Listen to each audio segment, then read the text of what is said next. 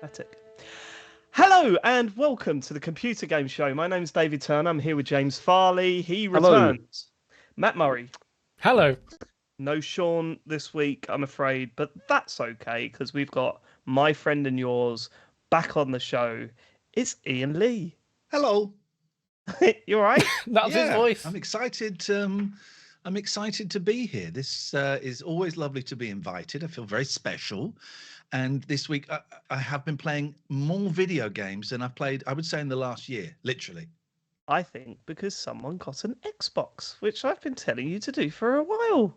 Look at you. You're all happy. You're happier. Yes. You've been gaming. It's happy. Great. Thank you, Dave. Thank you, David, for telling me to spend some money. I appreciate it. You're welcome. You are welcome. The last time you were on the show, of course, was TCGS Con. How was that day for you? Did you enjoy the Laser Quest? Your team seemed to do pretty well.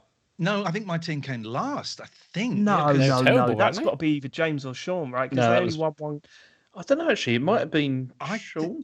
I think it was me, because my team, with respect to any of them that are listening, were shit.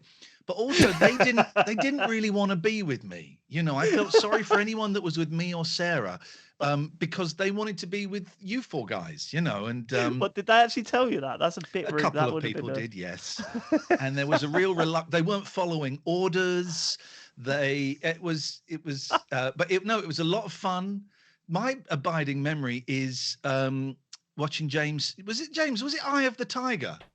Yes, it was. You Yeah. sang Yes, at it was. I karaoke. thought this was sacrilege. I don't think we were allowed to talk about this. Oh, I'm so sorry. We did swear that we wouldn't mention Well, it. I'll I'm tell sorry. you this. I'll tell you something that I'm absolutely gutted about.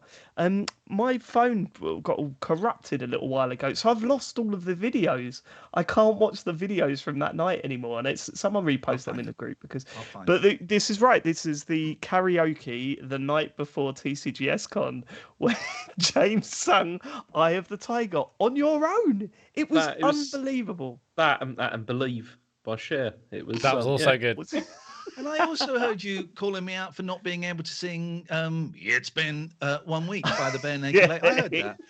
Yeah, but you knew that one bit. Actually, you turned around to us and said, "I only know this one bit." But I you was did that quite bit out of so breath. well. I was quite out of breath because I was bouncing around a lot, and I think they'd sucked some of the oxygen out of that tiny booth we were in to encourage us to buy more drinks or something. I don't know, but no, that It whole worked. weekend was great. When's the next one? Well, We're happy to honestly, announce. we haven't got. Well, I don't. We've got things to talk about. There's gears in motion. Can I make I a think suggestion is- for a location? Go on. Auf dem Deutschland We'll in go- Germany. we'll go with In James Germany, next. I'm up for it. Oh, that'd be brilliant. James, I'd love that. That'd Have be you got a really laser good. quest? Yeah, of course you'd love that. No, we have actually. I went to a Laser Quest quite recently here. Yeah. Why were you just hearing about this for the first time? What's Yeah, the why? difference? Well, no, it's just rubbish, wasn't it? But it's it wasn't very good. But Who did but you James- go with? Because did you just rock up with a couple of friends or take over the whole venue? went there with my son. And so we went there together because it was one of these places that's supposed to be like an arcade. It's supposed to be like an arcade, plus it also supposed to have like all these classic machines. When you like say the it's pool and all supposed that to, kind of did you stuff. turn up and have none of those things? It did, but Why it are you was- saying it's supposed to? Well, no, it did, but he was really disappointed, honestly, because in his mind, he thought he was going to go in there and play like original Pac-Man machines and like Donkey Right. Kong and stuff, right? Turned out it wasn't. It was just like one of those rubbish like arcade cabinets with like a PC stuck in it and an Oh, emulator, which was no. not. It wasn't that good. It was, James, the same. did the Laser Quest have like an umpire band or like a big like bar upstairs, and maybe we can do a live show in? there was space for a live show, but yeah, there was there also was space for a live show. there was a very good crazy golf course as well, which was Yeah, which was pretty good. Hello. Yeah. It's all happening. Well, My boys are at an age now where they can play. They're 11 and 13, but even 3 years ago, and they denied this, but they would cheat. They would just cheat. They'd stop the ball with their foot. They'd reposition it. They'd That's move it, and it sad. honestly, it would get so tense because I would call them cheats. They would start crying. I would get really angry with them for doing it. And Yeah. the last 5 holes, no one would talk to each other. Yeah, Horrible. yeah. Now they So- play it properly, but then they didn't. So last week, Harry turned around to me and said, he was sitting there, he was playing FIFA in the front room, and he went, I think I could beat you now, Dad. I went, what? I think I could beat you at FIFA now. And I went, Right. If we're going to do this, you need to we're going to be the same star rated team, and I'm going to try and beat you. I said, are you ready for this? He went, yeah, I think I can beat you. I was 4-0 up after 20 minutes and doing keepy uppies in the corner before he threw the pad down and stormed down the room. And Joe just went, why? Why? And I was like, Why have you done that? I don't know. Let's start the show by thanking our Patreon producers this month. They are the Full Nels crew, Aaron Patrick, the QuickBooks chap, Simon Nelson, Jack Oven, Moomin Biscuit, Trans Rights to Human Rights, Dave Ernsberger, Colin Brown, Gazman, Rocketman76, Grey Dragon Claw, Smooth Monkey, Don Whiskerando, Colin Smith, Richard Sawyer, John Tempelli, Jackie Sniper, Gordon Garrow, Safe As Records, Sam Higton, Freelance Police, Steve Garrett, the Slow Kindle Bloke, and William Cock and Balls. That's a new Full Nels member, is it, Matt? I certainly didn't read out William Cock and Balls last week. Or has someone added that? Have I just been punked? Ian? Why have you all gone quiet? I mean, I've never seen that Patreon support before in my life. So. Me neither, but you know. Ian, have you given a free plug to William Cock and Balls? Is that what you've done? I just don't think they get enough attention these days. Listen, I have only ever used a Google document about 4 times before, and you sent me quite a bossy WhatsApp. Here's how we like to do it. What we like you to do is if you could log into the Google Docs and let us know what games you've been playing. David's voice. I don't really want to, but I will, and I did, and I thought I'd have a little look around. So yes, I did. Oh God, if you felt like deleting any of the emails or feedback or anything, you can just go ahead. Oh, thank you, James. I will keep that in mind. Speaking of feedback, James, I'm assuming you've got tons of notes on last. I have actually got some feedback for last week. I mean, generally, obviously, it was good. But I do want to talk about a couple of your Metroid points that you know, because you finished it now, yeah. As well. I'm surprised you didn't come in and defend you. I thought you were going to kick off about the whole "I don't put tomato ketchup in my spaghetti bolognese" thing. You do, right? Well, you know, I mean, that's a given. I mean, I don't do. You can't deny that. It's just you do that, James. We've got. I don't. I did that when the kids were like really young. I haven't done it for years. Okay, right. We didn't get an update on how much tomato. Okay, your Metroid points. Right, let's go. Well, no, I mean, I agree with a lot of what you said. Like, I think Cheers, it's an interesting. Should we get on Okay. But flawed game. You know, there are some problems there. But one bit did piss me off a bit, actually. You know, it started to annoy me a bit. Was when you did that whole sort of like, are we really doing this again? You know, thing where you were like, oh no, you know, she's landing on a planet and you know she's got to like, you know, get her stuff back and explore the world and everything. It's such a reductive argument. It's such a ridiculous thing to say. How many games do this? No, just the Metroid rubbish. Loads of games do follow similar structures and then just build on them in the same way. This is nonsense. Go on. What do you mean? What do you mean? What do I mean? What I'm saying is just it's really weird that every Metroid game I've ever played, you start off with all your things, you go down the bottom, you kill something, and then you get back out again. Like it's just weird. I just think it's like, do they have to do that every time, or have they got any other ideas? Like I'm just wondering if there's any other ideas out there. It's really weird how every Mario game I play, you know, you just sort of like, you know, you go through an early sort of grass level, and then you get to the end, and then you know. Then that's it. You know, it's like, have they got any ideas? I don't think that works. I don't think that works. Another ice level, another fire level. In the last one, you had to find the hat. Remember? Yeah. Remember when you had to find the hat? That was different. It's just a nonsense argument just to say like, oh, it's the same. It's not the same like every time. Okay. But also these things do build on things. It's ridiculous. Did you finish it, David? I did. Did you enjoy it, David? I enjoyed some of it. Yes. Okay. If I was giving it a review now, as I said on the show, I would give it 3 thumbs up. Yeah, but how many G's? How many G's? Honestly, if I was reviewing it now, it would probably be a 6 out of 10. I think it was probably that would have been a lot higher back in the day when it came out. That would have been a lot higher back in the day when it had come out. But I think now, as a game to play now, I would say it's probably a 6 out of 10. Why did you play it? That's ridiculous. Because James was banging on about it. It's a classic, isn't it? And it come out as a remake and all that sort of stuff. And it was So you did it just so you could tell James that you thought it was rubbish. Yeah, that's why he does these things. That's what he does. That's insane. That's psychopathic. That does. Someone's a counsellor now, aren't they?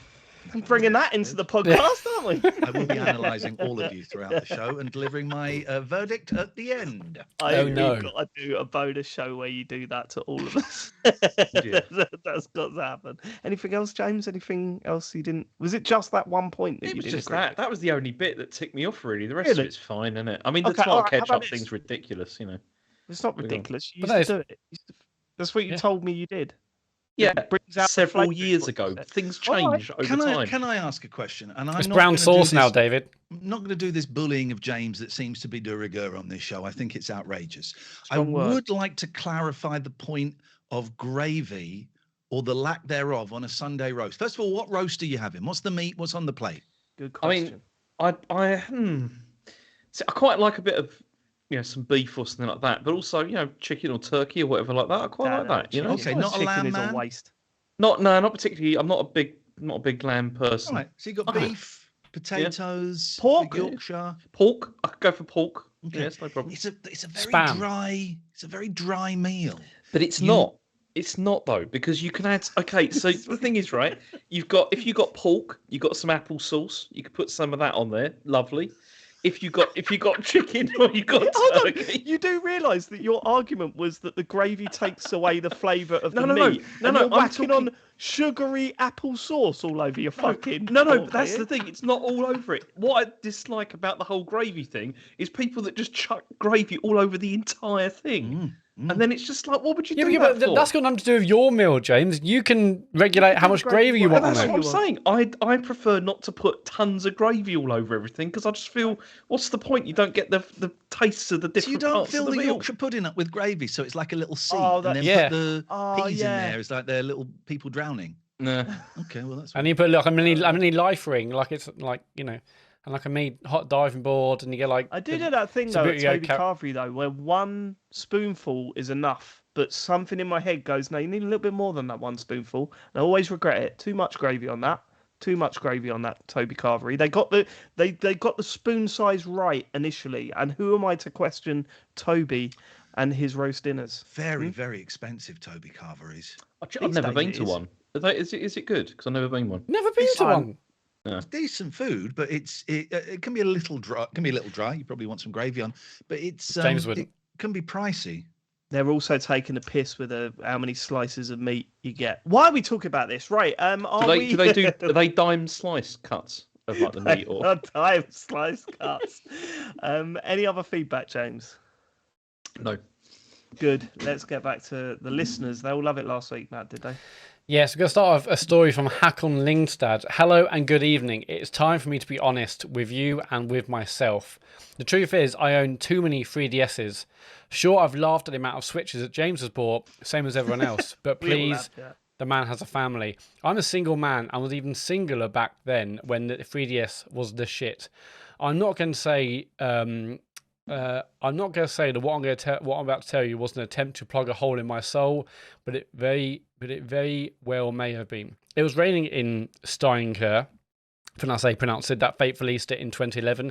I snuck out from the roast of my grandmother's house, rest her soul, to go to my local game store, rest its soul too. That's where I bought my first aqua-coloured 3DS and a copy of Rayman 3D. It wasn't a great game, but what a console. I spent my It was week alright. off playing the inbuilt game Face Raiders and tried my best to street pass around town. The next summer, I bought a Red XL at launch. Its hinge had since snapped. I then got a replacement one for that one too, kept the first one around for the Circle Pad Pro compatibility, the only version of MGS3 I've actually finished 4 times. I received a 2DS through doing reviewing, as if I needed it. Then I bought a small Japanese original one for playing imports. Then the blue new 3DS You're just XL. showing off at this point. You're just showing off. And then another new 3DS XL because it was orange. Then I bought a DS Lite, which because I wanted to play Guitar Hero that needed a GBA slot. I thought I was done when the Switch first came out, but last year I bought a new 2DS XL because I heard the screen was nice. Then I missed a 3D and I wanted a pocketable size, so I finally bought a standard new Nintendo 3DS with interchangeable faceplates. The plates are impossible to get hold of, so if anyone has any spares, I'm willing to pay. Mine has white plates. It's about as bland as beige drapes, but I love it. I currently own 8 consoles across the DS and 3DS families. That's 16 screens in total. And it's not as if I'm collecting them either. I just wanted each one and convinced myself that I needed them. So in my mind, James isn't so bad, and neither was any of the models they brought out of that beautiful little console. I'm very sad the eShop is closing. Another soul to rest. Writing in from a cafe in Onslow, it's closing time and I'm getting weird looks from the staff. Peace from Hakon Ningstad. I'm very sad that eShop is closing because I've got 8 useless consoles now just sitting on the side. That is too much, isn't it? And also, don't ever buy a console for the portable version of Guitar Hero, because that was one of the worst games I think I've ever played. Do you remember that, James? I do. It was kind of unplayable, wasn't it? It was like a little... It was like a cartridge that you put around your hand, plugged into the cartridge slot with 4 buttons, and then you strummed the touch screen to like play the guitar, and it gave you hand cramp halfway through. I don't know, living on a prayer or whatever. It was Very like difficult cool to see the screen, wasn't it? At the same time, and like it was just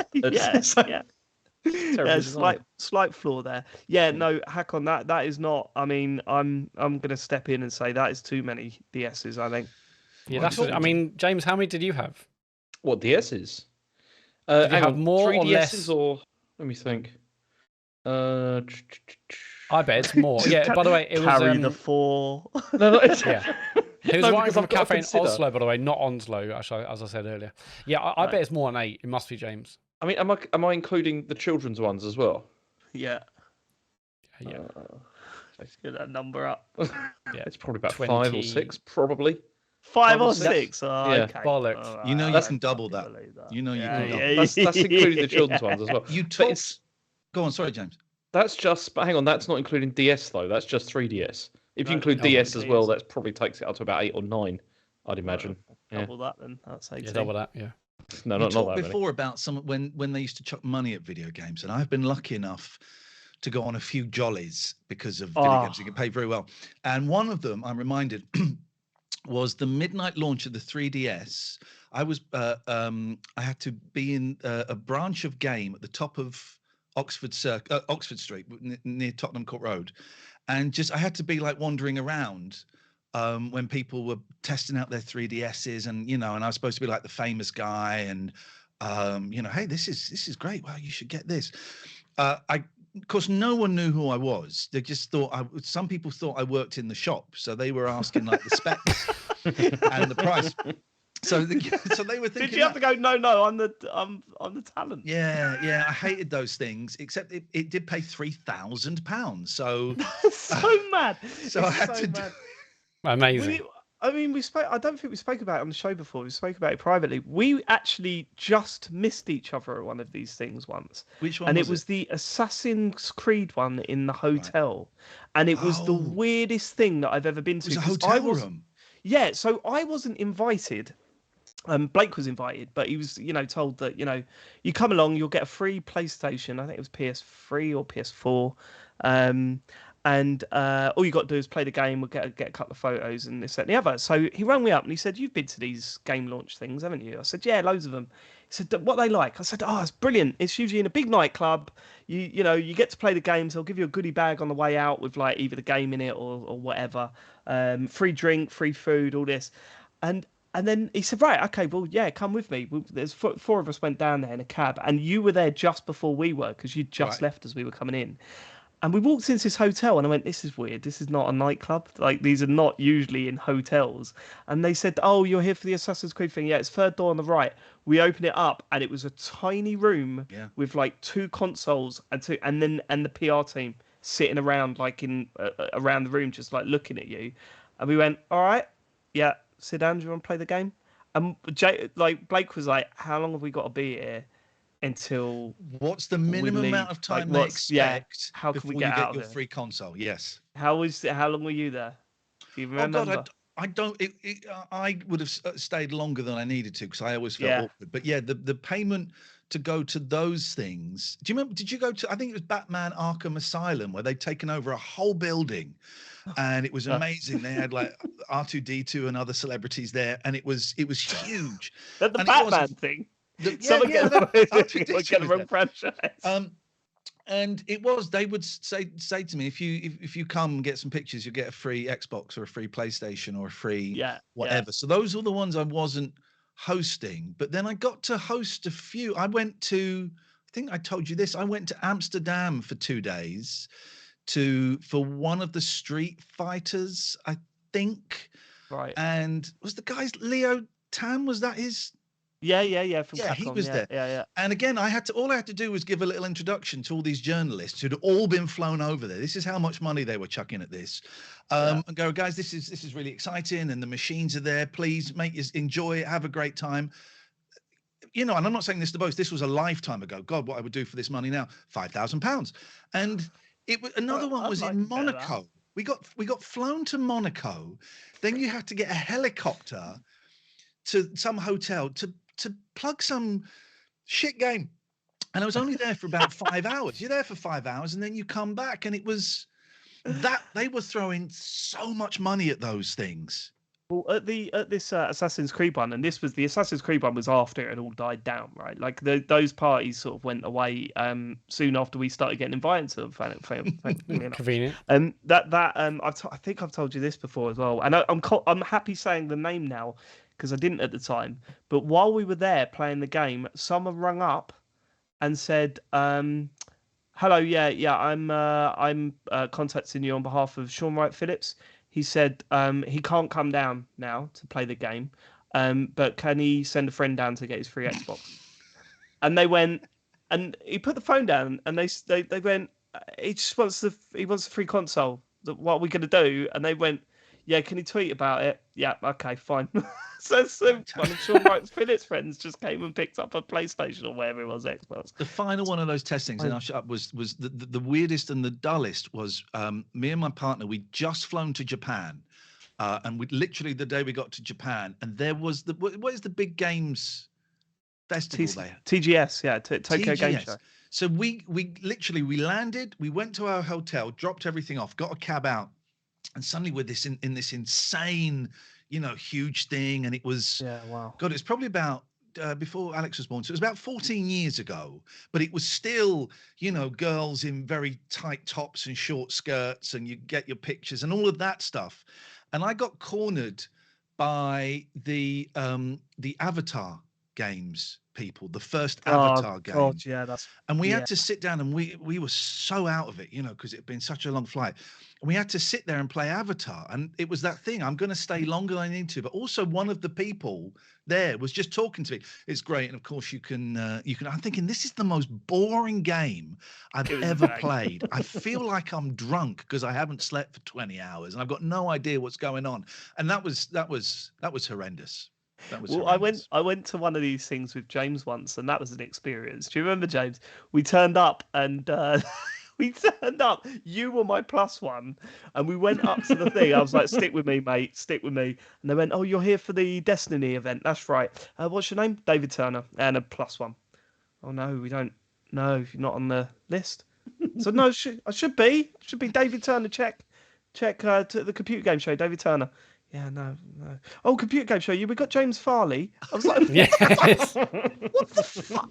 And then we went up there, and Anthony Joshua, the boxer, was up there, and I was like, "Oh my God, it's Anthony Joshua!" Do you remember what you said to me after that, James?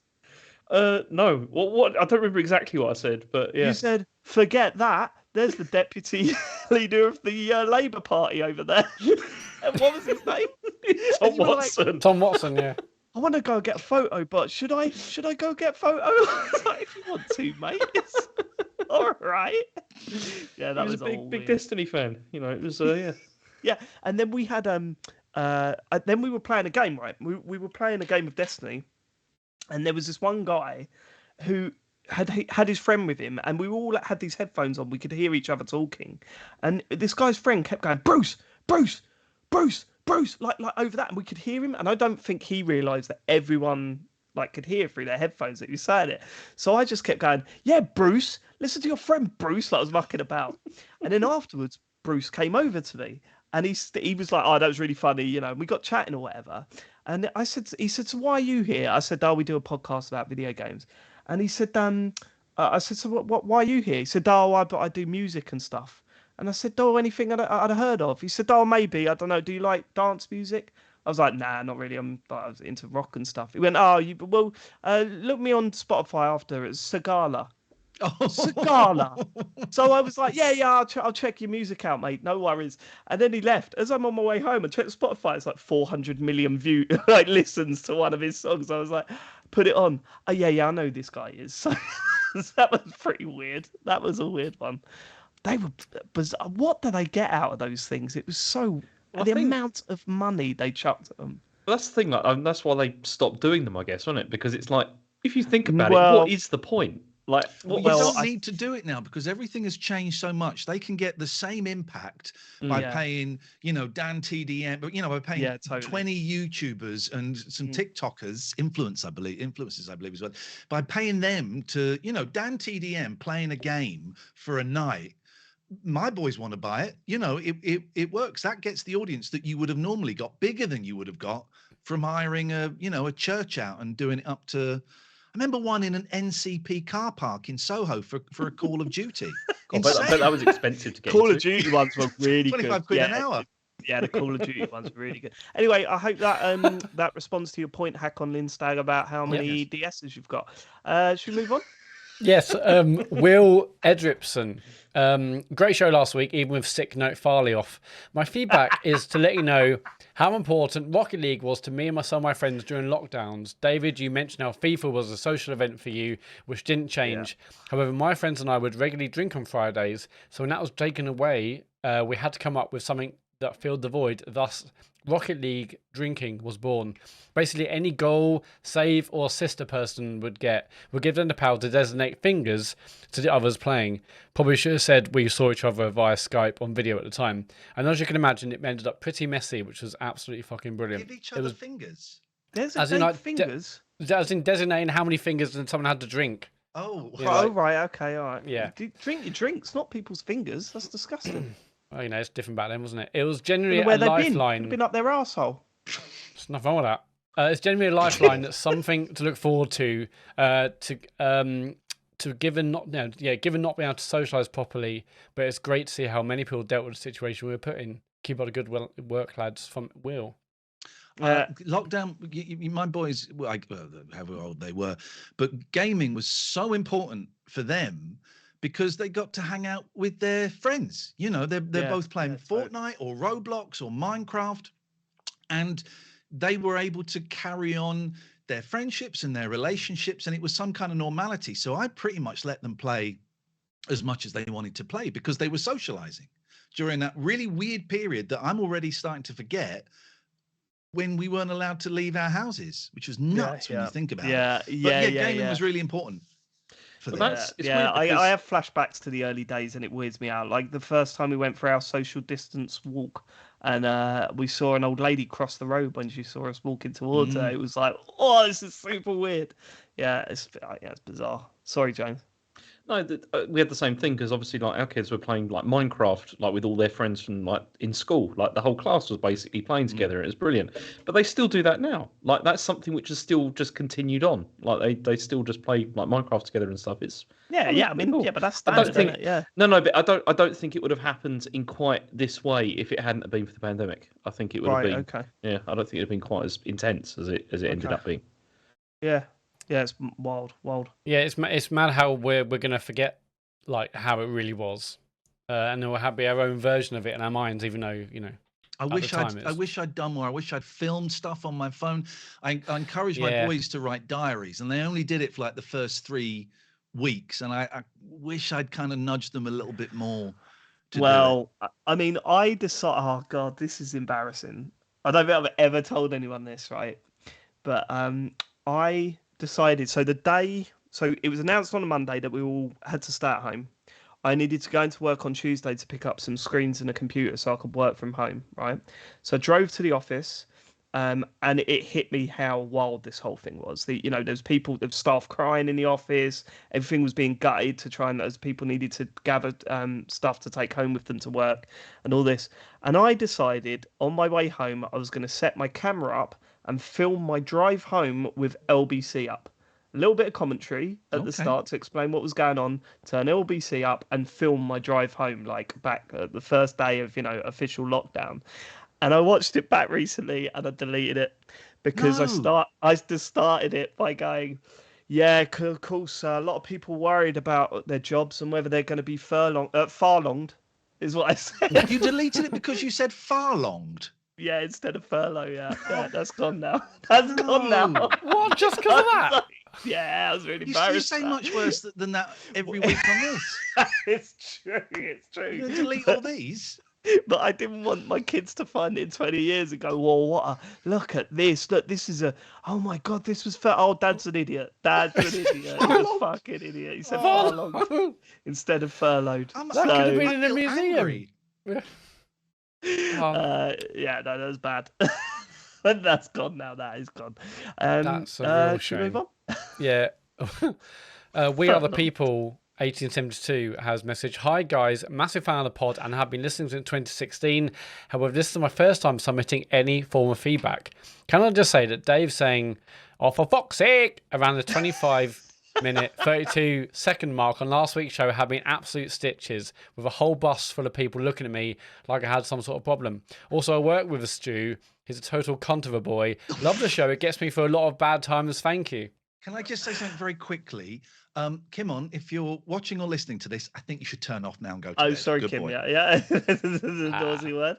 I don't think we've ever explained that, right? There was a video doing the rounds a little while ago. I think I was the only one that loved it, of some man on his own at a bus stop waiting for a bus, clearly getting upset that the bus was late, and he just mutters this to himself. Oh, that's the wrong version. Don't worry, he'll just delete this podcast. Yeah, that's it. But he's sitting there and he just goes, "Oh, for fuck's sake!" all on his own. This is Dave on the last pod anyway. Sorry? Yeah, I mean, you could just be Henry because, we had a Henry last week. Yeah, Henry the second. Oh, for fuck's sake. There we go. Yeah, spot on. Thanks. We are people. Some people. What? It's nice to be appreciated. We had a bunch of people. We talked about poo last week. It was a brief moment. We had some people saying, "No, it's serious. You should check your poo for." Okay, so just say that. We just say that. We just say, "Okay, everyone, check it. That's a great idea. Let's move on." Yeah, check it. Yeah, we don't need to talk about it at length on a game. You don't need to read this. Sorry. I wasn't going to read the whole thing, but I've just said, I've had a bunch of people say, you should check. Is this Ben again? Is this Ben trying to get this into the show? I don't think so. But it's important, but come on, I don't need to be talking about wading through my own shit. Right, Banana Man. Hi all, enjoyed last week's show, but I have two bits of feedback. Kim. One, can I ask Sean to take a stronger line on Dave's wrong opinions on Metroid Prime? James would just get wound up and not advocate well. I would never argue the game has no flaws, but in terms of atmosphere and environmental storytelling, it was head and shoulders above everything else 20 years ago and still holds its own against modern games. I've been playing through the remaster, and what struck me is how little influence it has had compared to other classics of the day like Resi 4 and Halo. The 360 era in many ways became defined by AAA games getting easier, so things like first-person platforming and large-scale environmental puzzles that Prime specialises in largely went away. James, anything to say on that? Large-scale environmental... Right, okay, no. Look, listen, it was a good game. It was way better back in the day. That's all fine. I agree the atmosphere is fantastic in it. Not so much the storytelling. But yeah, it's a good game. It's a good game. Just chill. Just chill, mate. All right. James is... Cool. Look, he's given up. He's given up already. What does that mean? What does that mean? I'm sitting here. He's literally talking to you. The feedback's literally directed at you, mate. I thought it was more directed at you and your wrong opinions about Metroid. God, now we're going to argue about who it was aimed at. Yes, That's the level of the argument now. He was writing to you. No, he was writing to you, you idiot. The second bit of feedback was about poo, so we'll move on. Evil Gaz. Dave was giving it Billy Big Bollocks and finishing Goldeneye on all difficulty settings, but hasn't mentioned it in a while. Ooh. Considering he was complaining about Metroid being too difficult, I'm assuming this is still on his plate?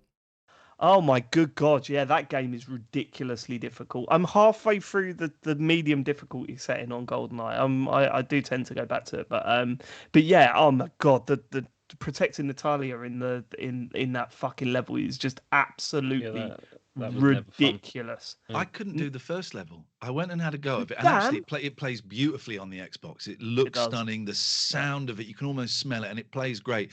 But yeah, I got in the bunker on the dam, and I just remember it how impossible it was because there. So I gave up. But it's great. I'm look again. We talked about the flaws of that game at the time, but yeah, God, what a game it was back then. Beautiful, beautiful. But yeah, if someone was to contact me now and go, "Well, I play GoldenEye," it's fucking ridiculous. There's a whole bit where you're trying to protect Natalia and she just dies after 2 shots. I'll go, "Yeah, that bit is ridiculous, mate." I won't go, no, the environmental storytelling actually. Shut up, move on. Let's go. Let's go. Next bit of feedback. You've got to put your foot down on these things, otherwise they'll walk all over you. I'm not quite sure what you're putting your foot down on. I know it's weird, isn't James's it? face, James's dreams. I do not condone this bullying of James or anyone on this podcast. It's not bullying, it's banter, isn't it, James? Friendly banter. Yeah, banter. Just banter. Yep. See, he agrees.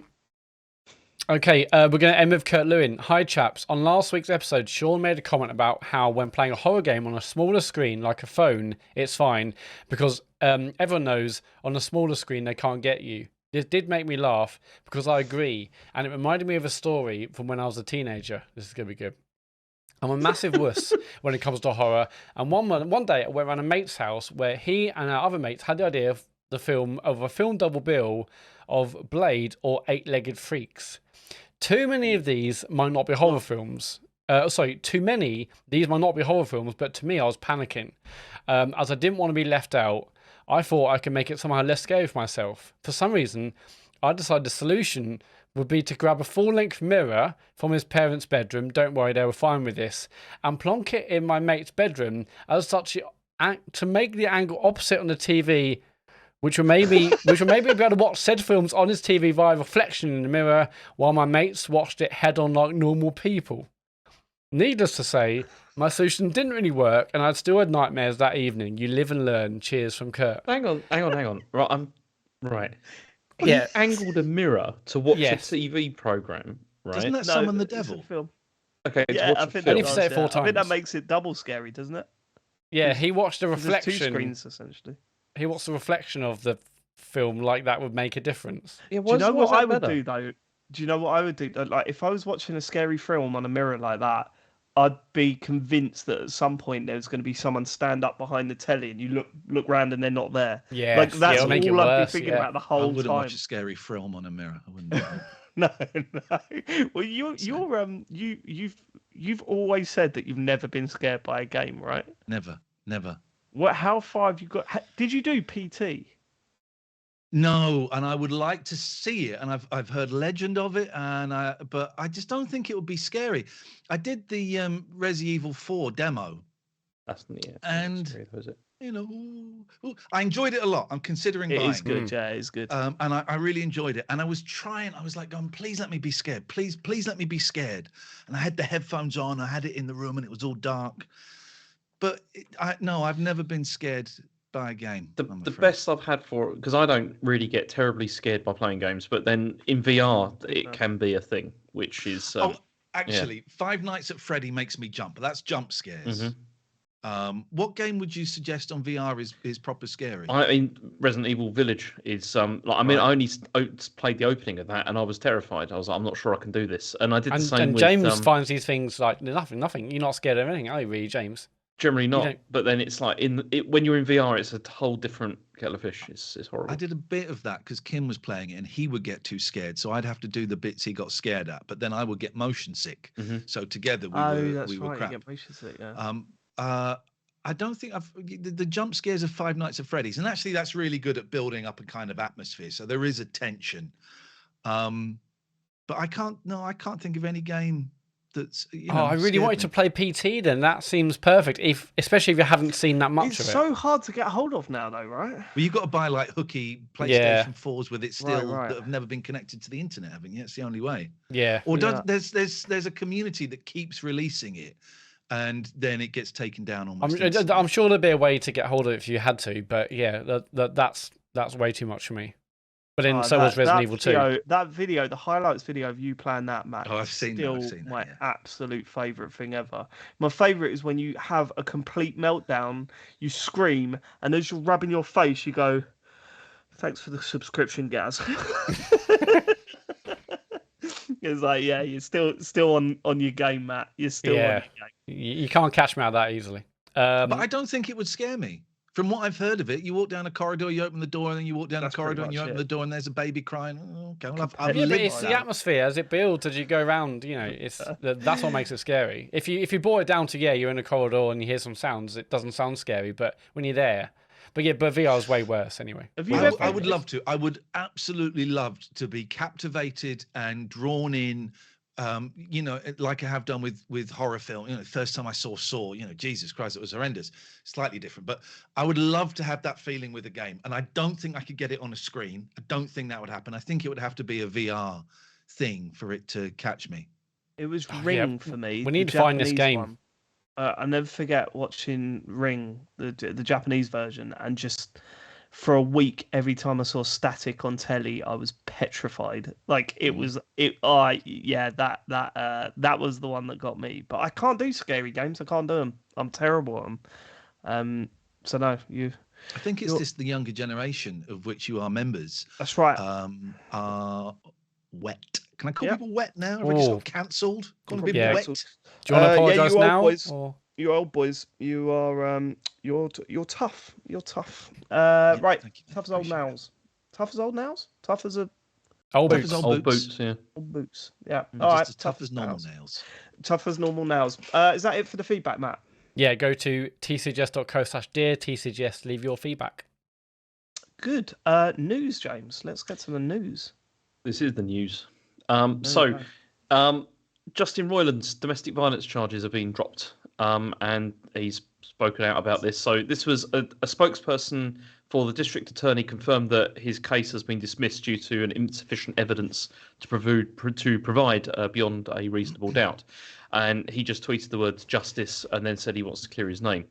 Hopefully he's going to do that by addressing some of the allegations that have been made against him. But so there's an update on where that's gone.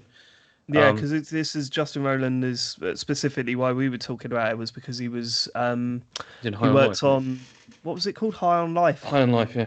Yeah, and that was a big story when it came out. So I don't know, something to keep your eye on, I guess. But yeah, it's not a very nice situation, whichever way you look at it.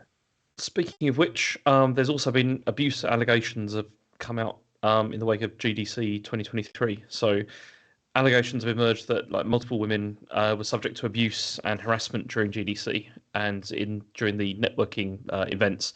It was a game writer and developer. It's Lena van Deventer said that women at GDC were being belittled and undermined in their roles and were hit on relentlessly and had their drinks spiked as well by people. What the fuck? Yeah, she also. I mean, may I interrupt? Sorry, what is GDC? I don't know what GDC. It's the Game Developers Conference. Okay, which thank you. Sorry to interrupt. Takes place, it's once a year, isn't it? Where is it, Matt? San Francisco. In San Francisco, yeah. So she also alleged that two women were lured up to a hotel room by a man in a position of power for what he said was going to be a pitch, and then he assaulted them. And Jesus fucking Christ. Then she just said, she said, get the hell out of our industry, like these people, which is, absolutely. Yeah, I mean, power to anyone that's been through that. I mean, Jesus, I can't imagine going for anything like that. And I just hope that the more these stories come out, the less it'll happen. But who knows? I mean, Pete, there's fucking arseholes everywhere, isn't there? Well, she was speaking about sort of sharing information and about the fact that this is making people forewarned about what is happening and who is doing these things as well. It's absolutely important. Not only just to try and out these people and stop it from happening again, but also to warn people that are going to these events and just to have any knowledge about going into situations like that and what to avoid. I mean, it is all important to report on for sure. Yeah, because people know who did this, but clearly those names have not got out yet. But people know clearly. Yeah. So hopefully people get found out and the appropriate charges get brought against them because it's disgusting. And it's interesting, David, you're saying people can learn what to avoid. They shouldn't have to avoid anything, you know. Oh, totally They should not, be. no. And I'm not suggesting for a Yeah. second you were saying anything otherwise, but Yeah. people should be allowed to, you know, they shouldn't have to be avoiding anything or having Yeah. an eye out for anything. It's a conference. Just go to a conference and be safe. Horrendous. I think it's the Horrendous. least you can expect, right? To go to something like this and feel safe. And the Yeah. fact that that's not happening is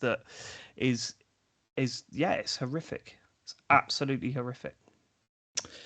Speaking of events, Ubisoft are not going to be at E3 2023, and they're going to host their own event instead. So they made a statement. They said, E3 has fostered unforgettable moments across the industry throughout the years. While we initially intended to have an official E3 presence, we've made the subsequent decision to move in a different direction and we'll be holding a Ubisoft Forward Live event on the 12th of June in Los Angeles. We look forward to sharing more details with our players very soon. So VGC tried to get in touch with ReedPop to ask them what they thought about this. But what the fuck's happening? They haven't responded for comment, obviously. So yeah, it's strange, isn't it? When these announcements come out, oh, such and such is not attending E3. There's usually a bunch of press releases saying, "Hey, it doesn't matter. We're still going. We still got stuff going on." And then a couple of companies say, "Yeah, no, we're still on board. Don't worry about it. It's going to be great." But there's been nothing this time, and you do wonder whether it's going to go ahead. We're now, what is it, June? So we're only a few months away from E3. Yeah. And what is it anymore? What is it? Has anybody confirmed that they're going? Has anybody said? Because there's the big list of people that aren't. Has anyone said, "Yeah, no, we're still going to be there, guys"? Ubisoft were on that list. Of Ubisoft were the big one. If still remaining. If you've lost Ubisoft, then you're done, because I mean they go to everything and they involve themselves with everything. It's like Sophie Ellis Baxter. Yeah. Yeah. No, this is weird. It's. I don't know when they're going to comment on this. There's definitely got to be some sort of announcement, hasn't there? And I can't see it being a one. Over E3 what? Isn't it? I thought it was about 2 years ago, wasn't it? That they sort of took it over and said they were. I then thought there it was was the whole just before the pandemic. Yeah, and then they were like, after? and then they did the whole sort of like, oh, we're going to do a digital event, and then it was going to be the digital plus in person and all that kind of thing, and then this is all just a disaster, isn't it? Yeah, so I mean, it sucks, you know. Like when Microsoft announced that they were doing an E3 conference, we knew what to expect. It was big announcements, right? And we're just not going to get that anymore. Like they'll announce, you know, one of their developer directs or whatever they're calling them, but you just don't know whether it's going to be the E3 one, you know, and whether we're going to get that amount of concentrated one event, which is it sucks. It's a shame. It's a big shame. And also, I wonder where now we're also going to stop getting like a. Obviously, we're not going to get like a big show, you know, where these things are kind of announced. But are the companies also going to just stop doing like huge announcements and instead just doing like drip feeding things through the year instead? You know, rather than I mean, that depends on what sort of what they're getting out of their market research when they announce stuff, right? Maybe it is just better for them to drip feed this stuff. I can't imagine that it is. Because the one thing about E3 is that even the mainstream press were like focusing in on it and reporting on it, you know? It's true. I mean, you always had the, you know, video games make more money than the film industry, and then they would like start talking about E3, you know, it's every time. Yeah, it's weird, isn't it? Oh, well, okay. I think the whole COVID thing of the last has changed everything, because companies have gone, actually, we don't need to, we can do it from our office, you know, and from the small scale of small companies, but also these big companies, they don't need to go and do a big show with other people. They can do it whenever they want. We'll do a launch next Thursday. You can watch it at 9:00. You know, I think COVID, it can't be underestimated, the impact that COVID has had, and how stuff is presented to us. Yeah, and I mean, one of the things we loved about E3 is that these big companies would come out there and make complete fucking idiots of themselves, and we'd get like memes for the year. And now they can control it with these tightly edited videos. It's What was the one? I think maybe it was an awards thing. The one with Al Pacino. Hey, I'm hosting a video game awards. You seen Oh that God, one? I You remember sent that. it to That me, I was think. that was recently. That was only like a year ago or something, wasn't That it? was so Where he good. just come out and he didn't know where he was, and he just gets like, "Hey, video games. I don't My know." two favourite are that Al Pacino and Paul and Ringo coming out at one Yeah. to promote Yeah, they the did the Beatles rock Beatles. band. Yeah, That yeah, was They rock band, did yeah. not know what to say. That was So, have magic. you played the game? Yes, I've played the game. But have you read the So quote? There was a great quote from McCartney a few weeks ago where he said, "I've tried to play the game with my grandkids and I can't, but I do tell them that I wrote the songs and they're not that impressed," or something like that. So you imagine McCartney is at home with that crappy plastic guitar, He's not at home trying with to that play the fat, crappy bass line to plastic guitar. something. There's no way he's doing that. He's chucked his on a landfill like everyone else did about 10 years Yeah. ago now, hasn't he? Yeah. He pretends he cares. I Right. still would like another one of those. Another rock band. A rock band. Yeah, I'd love to. Go on, what play band that they again. base it on? Go on, James. They got to base it on a band. Go on. Oh, don't do this to me. No, come I on, don't you know. got this. No, because this is It'd be embarrassing. the Killers, isn't it? It'd be the Killers, wouldn't it? You know, Probably it would be the Killers. Foo Fighters. It'd be the Foo Fighters. It yeah. should. What I it mean, would be. it should be Led Zeppelin, but they're not going to do that. No, they won't. Okay, next story, please. So the whole £1 Xbox Game Pass thing is ending. They're stopped doing it, and so Microsoft have said we have stopped our previous introductory offer for Game Pass Ultimate and PC Game Pass, and evaluating different marketing promotions for new members in the future. The company, and then they've kind of stopped that, and it's not going to be happening anymore. See, I don't Matt, know this what is that a whole. means. Yeah, so there used to be a way that you could stack up like 3 years worth of Game Pass for the price of 1 year. Basically, it was around then. You would buy free Xbox Gold passes, right? 3 years of Xbox Gold, and then you could pay £1 to upgrade those 3 years to a full Game Pass Ultimate. And Matt used to have a side hustle where I swear he was a consultant for people that wanted to do it and had no idea how to do it. So you'd take him through the whole process, wouldn't you, Matt? Yeah, well, just because some people were just still paying like the full amount every month, like, what are you doing? What are you doing with your life? But this is different to that. This isn't. This just says they're not doing a £1 deal. I mean, the £1 deal hasn't been working for me for ages. So as it's been working now, is you pay 1 month, which is like £11, and upgrade everything you've got. So I don't. I mean, for people that have done it before, there won't be the £1 deal, but there'll still, I imagine, be that you pay 1 month and it upgrades everything you've already got stacked. Oh, really? Okay. Yeah, All I right, think it'll so be it's fine. still possible. Okay, because James, you've got Game Pass Ultimate until when? 2026? It's something. Yeah, it's like 2026, I think. Yeah. It's absolutely ridiculous. Okay, all right. Well, So keep in mind this says that the getting this Game £1 Pass. deal was and that was obviously an amazing deal for for new customers and whatnot. But because I read this, I was like, okay, it's over. Like all the days of you stacking 3 years of Xbox Live and converting a lot into a Game Pass Ultimate are over. But I don't think this is that. I think that should still work. I bloody hope Hey, it look, does. this sounds like a man that's trying to salvage something out of his side hustle here. his little side business that he's got going on. All that £0 I was making, I can't believe I'm going to miss out on it. Okay, all right, yeah, I forgot the tax men listen to this. The £0 you made out of that little side hustle, mate. Yeah, fair enough. They're also expanding their the friends and family plan thing as well. So that you can add people onto your account and stuff. That which then worries gives me. it to them and all that. Are they going to? Because worries David me. has just recently taught me that hooky thing where It is legit. It's not a hooky. where one of my kids has Game Pass Ultimate, but I set his Xbox as mine and my Xbox as his, and then we both get Game Pass Ultimate and any games we buy. That doesn't sound legit.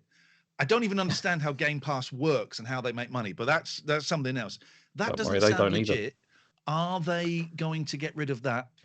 Well, this is what I'm worried hooky about. If they're thing. going to start doing like family accounts and everything where you can sign up how long before they cut out this Xbox game share stuff? I'm I don't know if they worried. will. That's such a key part of one of their offerings. Like, I don't think Yeah, they but will. like, here's the thing though, like if you're a developer or publisher and you're going, hold on, only one of them needs to buy the game and then they both get the game and they can play it at the same time against each other online and everything. Oh, what? Is that right? Aren't we losing a sale? I mean, they signed up to it when they signed the contract to be on Yeah, on they Xbox. fucking signed up to. So- Shove it up.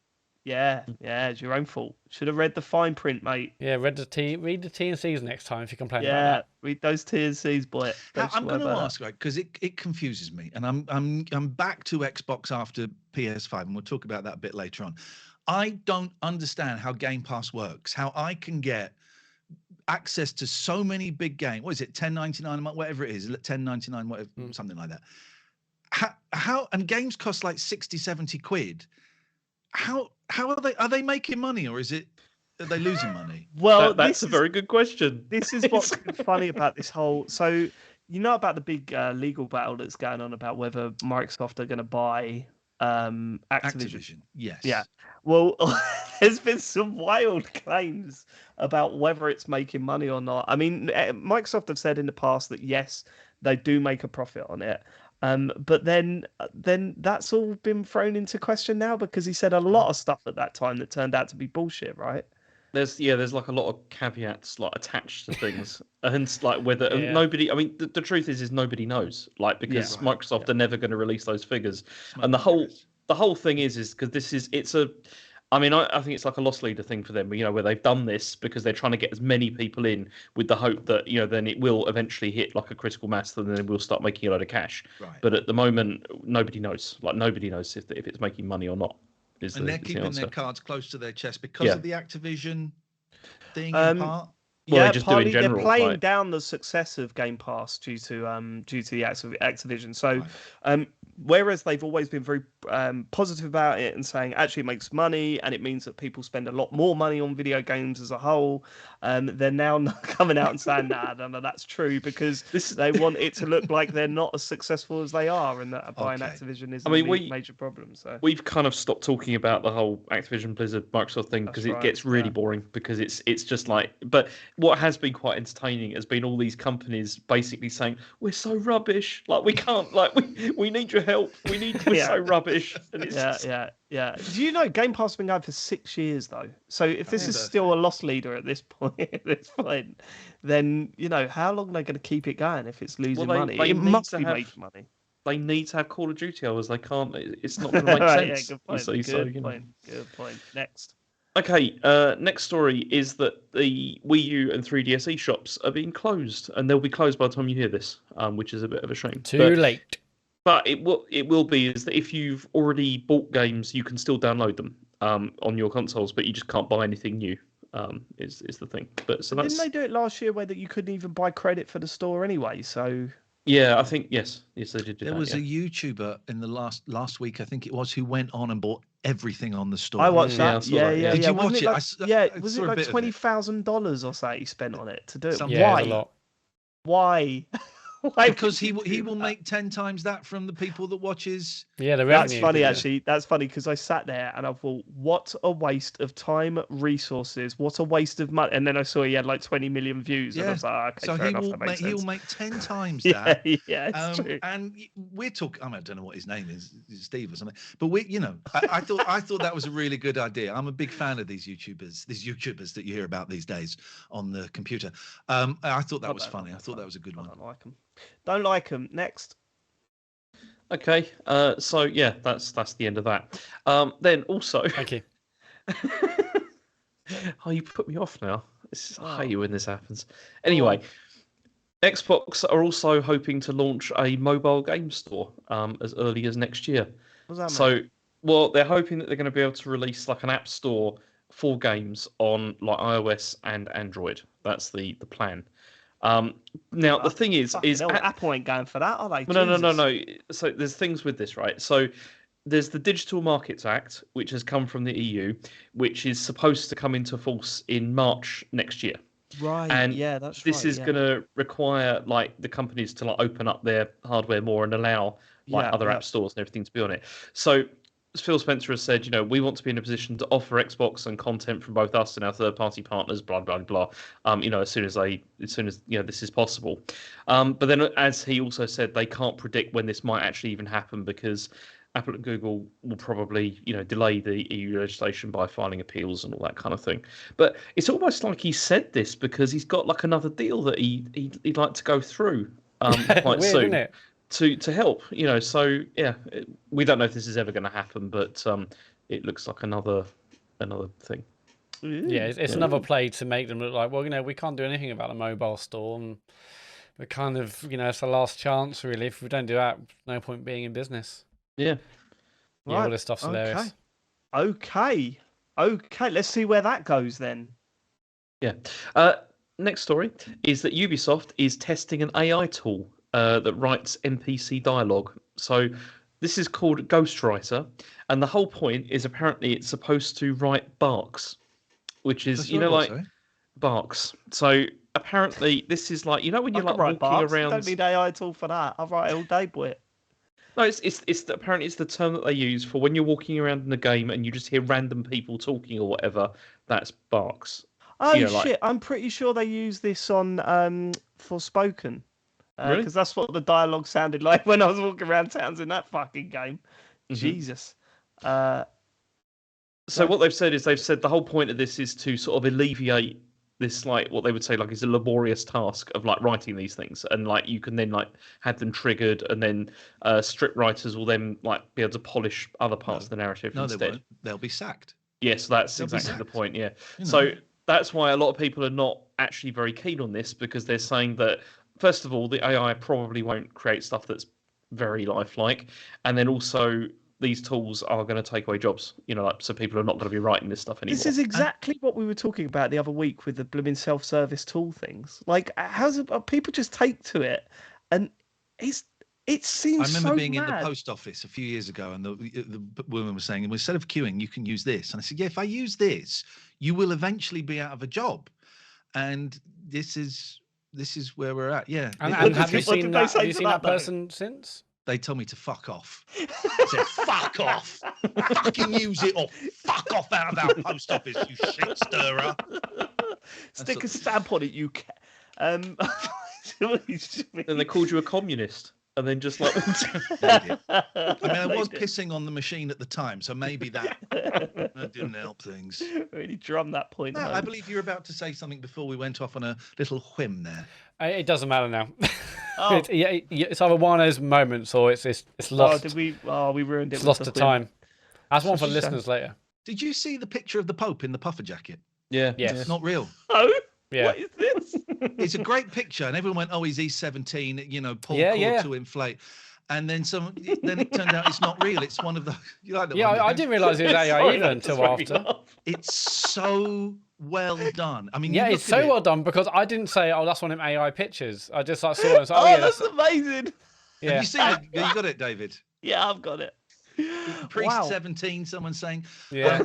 And it's but it's so good that it's actually, once you go, oh yeah, that's great, that's funny, it looks ridiculous, it's terrifying because it looks completely real. Yeah, because no one questioned it. Everyone was so quick to like make the puns that they didn't question the fact, hang on, is this even real? Yeah, but the puns first, isn't it? There's the same thing with that. Wouldn't that Adobe Audio program that come out a few years back, where you could feed it samples of a voice and then type what you wanted in, it would come out in that voice. And I don't know if you've noticed, I've been obsessed with do you know what DK Oldies is, Ian? Yeah. No. It's this shop in America that sells retro stuff, right?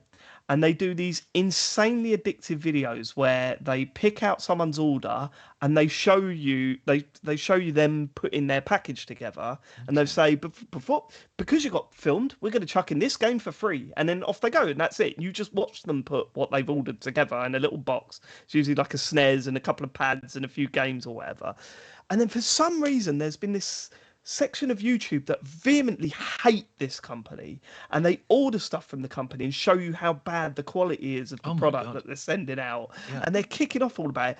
But there's this one channel that sampled the guy's voice from DK Oldies and gets him to say things like, "I'm going to rip you all off today. Look at how bad our products are," and all this, and you're like, we are at that point. That scares the shit out of me. Like, it really does. Those videos are so good though. Like, I just sit there and watch the original DK Oldie ones. Yeah, they're just ridiculous. It's just they're so addictive. This down. Yeah, you'll like this, Ian. You've got to watch about 80 of them. It is quite scary, but yeah, the AI stuff is getting quite scary. And I don't want any part of it. You know that bit in Breaking Bad where he goes and lives in the cabin for a little bit, completely remote from everything. Yeah. That seems like a good life to me at this point. I like that idea. I always said if I won like the Euro Millions or whatever, I'd buy a prison and live in it with all the walls up. That's not weird, is it? No, that's No, normal. just no one's allowed to come in. I won't. And so the prisoners wouldn't be there as well. No, the prisoners wouldn't be there, Matt. So you'd free the prisoners you're from a willingly- category C Yes. prison. 100%. Yes. Why do Why I a inside? prison? I'd be There's all inside. sorts of buildings you could Buy a choose. castle. Because I wouldn't need to but I wouldn't have to get builders involved to put up a big wall. What? It's just the Why are you walls putting will a be big there. You have to have it Because I don't want renovated as anyone well. near me. Yeah, heating I that don't place would be a want nightmare. anybody near me. I don't like. Get a castle with a fucking moat, then, you prick. I don't think they exist anymore. When was the last time you they seen a do. castle with an actual moat? No, You can still find them. Yeah. Can you? Yeah. I You thought gotta- they were just things in Playmobil sets. go to now. Europe. I didn't think they were actually. Okay. All right. Well, I'll buy one of them then. Yeah. Good point. Okay. Fair enough. Glad we helped. Do that. Fair enough. Yeah. Go. Okay. Sonic Origins. Do you remember this game? It's a game No. you're about to buy, I imagine. Yeah. I mean, it's. You know me well, Matt. So what this was a collection that came out, and they're releasing Sonic Origins Plus now, where they're adding a whole load of stuff to it, and it's May I interrupt, James? Was Sonic Origins the one you bought and then hated yourself for buying? Yes, it is. Yes. Oh, are you going to buy the second one? I mean, I'm probably going to buy this upgrade 100%. because it's got another 12 games. Even though they're all in the wrong, they're all stretched and they're all compressed That's and the it worst plays thing. at the wrong speed. All of that, beautiful. That's the worst thing about it. They're releasing the 12 Game Gear games. No, the Why worst they thing do about that? it is Why you're not the gonna Master buy it System again. ones? I know. It's only £9, and it's But you'll hate it. Yeah, you won't want to play it, and you'll hate I yourself know. when you do play it. Oh, dear, this is terrible. I don't know why I did that. But anyway, that's coming out soon, so get excited about That's that. made me happy. It's like you going out and buying food, but that you're allergic to because it's cheap. Oh, you do that with milk, right? Yeah, I do that with milk. I mean, I used to do that with. The worst of all I the used to things do to buy that when with it's like off. this curry house we used to go to that was brilliant. It was like every single time I was so ill afterwards, but it was worth it because it tasted so good. Like when you're actually eating it, it tasted so going good. in and going out. Yeah. Yeah, well, yeah. Obviously, afterwards you got all the Like, sweating. remember and the hot all that wings sort at of Pizza stuff, you know. Go Go, James? The hot Yeah, wings yeah. at Pizza Go Go, where you'd buy them, love them, and then for 12 hours the next day you'd be Yeah. going, why? Why? It's those things cramping. that give you like our next girlfriend. We used to call it the meat sweats. You know, when you get like the meat sweats from it, it's just Sounds like a healthy thing to. it's just horrible. Okay. But Next. great.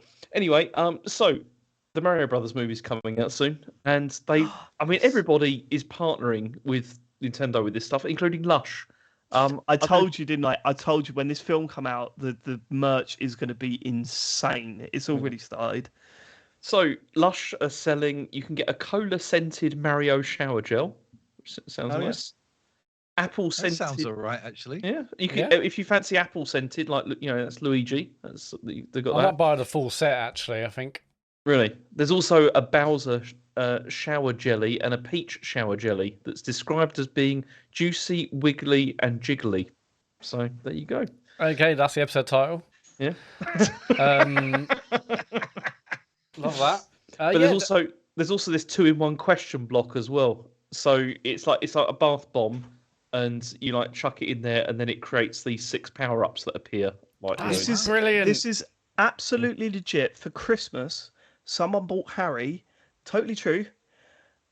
Mario Eau de Toilette. Oh, yeah. I've got no idea what it smells like. And Luigi Eau de Toilette. Yeah. I want to know what the difference is between the two. Well, test it now. Just one try on each 'em, yeah. wrist. Should we try? I've had that cheap, Oh. Disney aftershave for the boys and stuff. What? You can get like Disney Mickey Mouse aftershave for the kids. Can you? Yeah, you see that Yes. stuff all the time. Well, it It's turns sm- out you know what, Mario you- and Luigi smell exactly the same. Well, The labels are different, but yeah, no, it's they're pretty much both the same. plumbers, so. This is not a food. Do not eat. Okay, they do not. Yeah, but that's weird, isn't it? Mario. Yeah, but how do they smell? They s- They smell like, I don't know. I I don't know. bet you could get away with it if you if you forgot to put any deodorant or aftershave on, and that was all you had. I bet you'd get away with it. So I'll wear it to work tomorrow. Yeah, wear it to work and, And say, then- "Oh, who's this? Someone Yeah, smells nice." Does it smell pleasant? And I'll just go, well, it's me. Can I ask you, Dave? Does the Mario one smell like cola? No. Why? Oh, so I was hoping that was going to be because the shower gel from Lush smells like cola, the Mario one. So I was wondering if this is like it? a Why? theme. I don't know. They all think that he smells like Coke.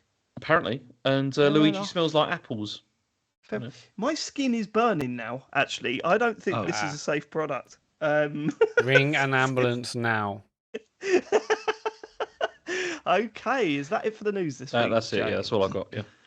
Good. Let's get to what you've been playing. And Can I just will- ask before we go any further? When you were off the other week, David, the lads were really trying to race through it and make it as short as possible. Are we doing a long one or a short one tonight? I don't know what the I don't know I don't where know what we're we're at. but doing. It feels like it's a long one. We're only at what you've been playing, and we're 1 hour 11 in. And you've got about 14 games to talk about, Ian. So. Yes, I have. Right, okay. So the main game we've all been playing this week is Tchia.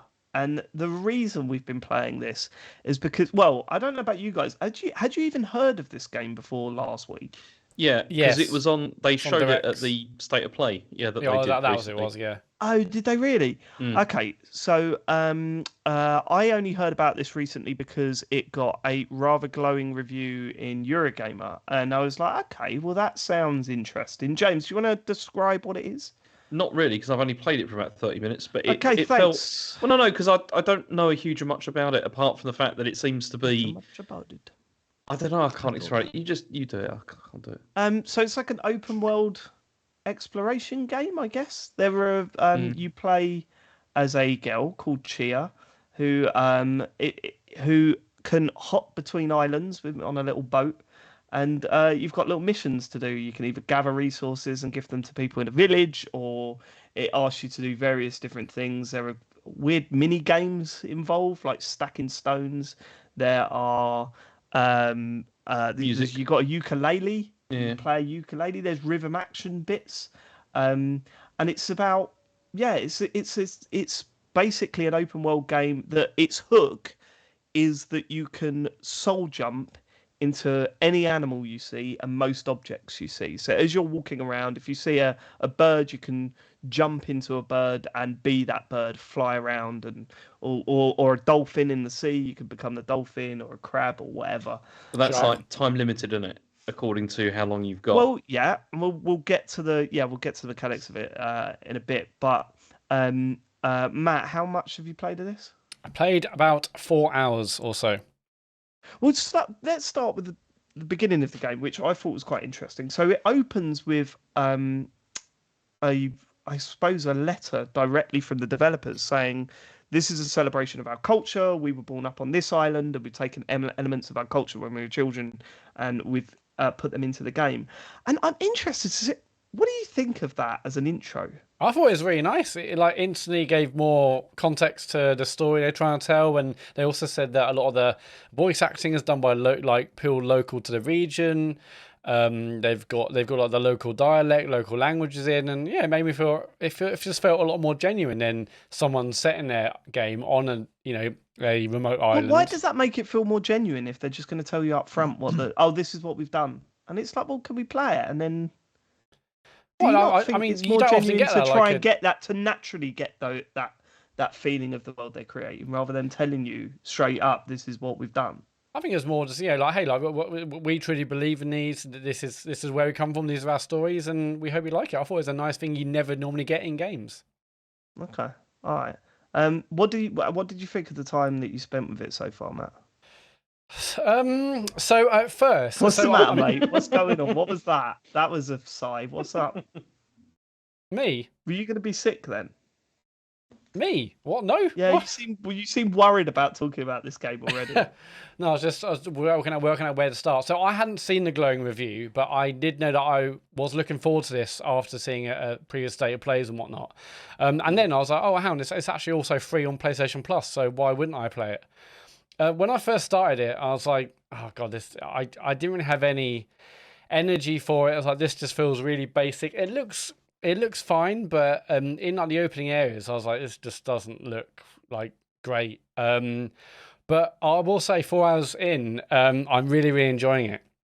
Yeah. I think like the gameplay loop is really, really compelling, and I kept thinking about you, Dave. I know it's a very different type of game.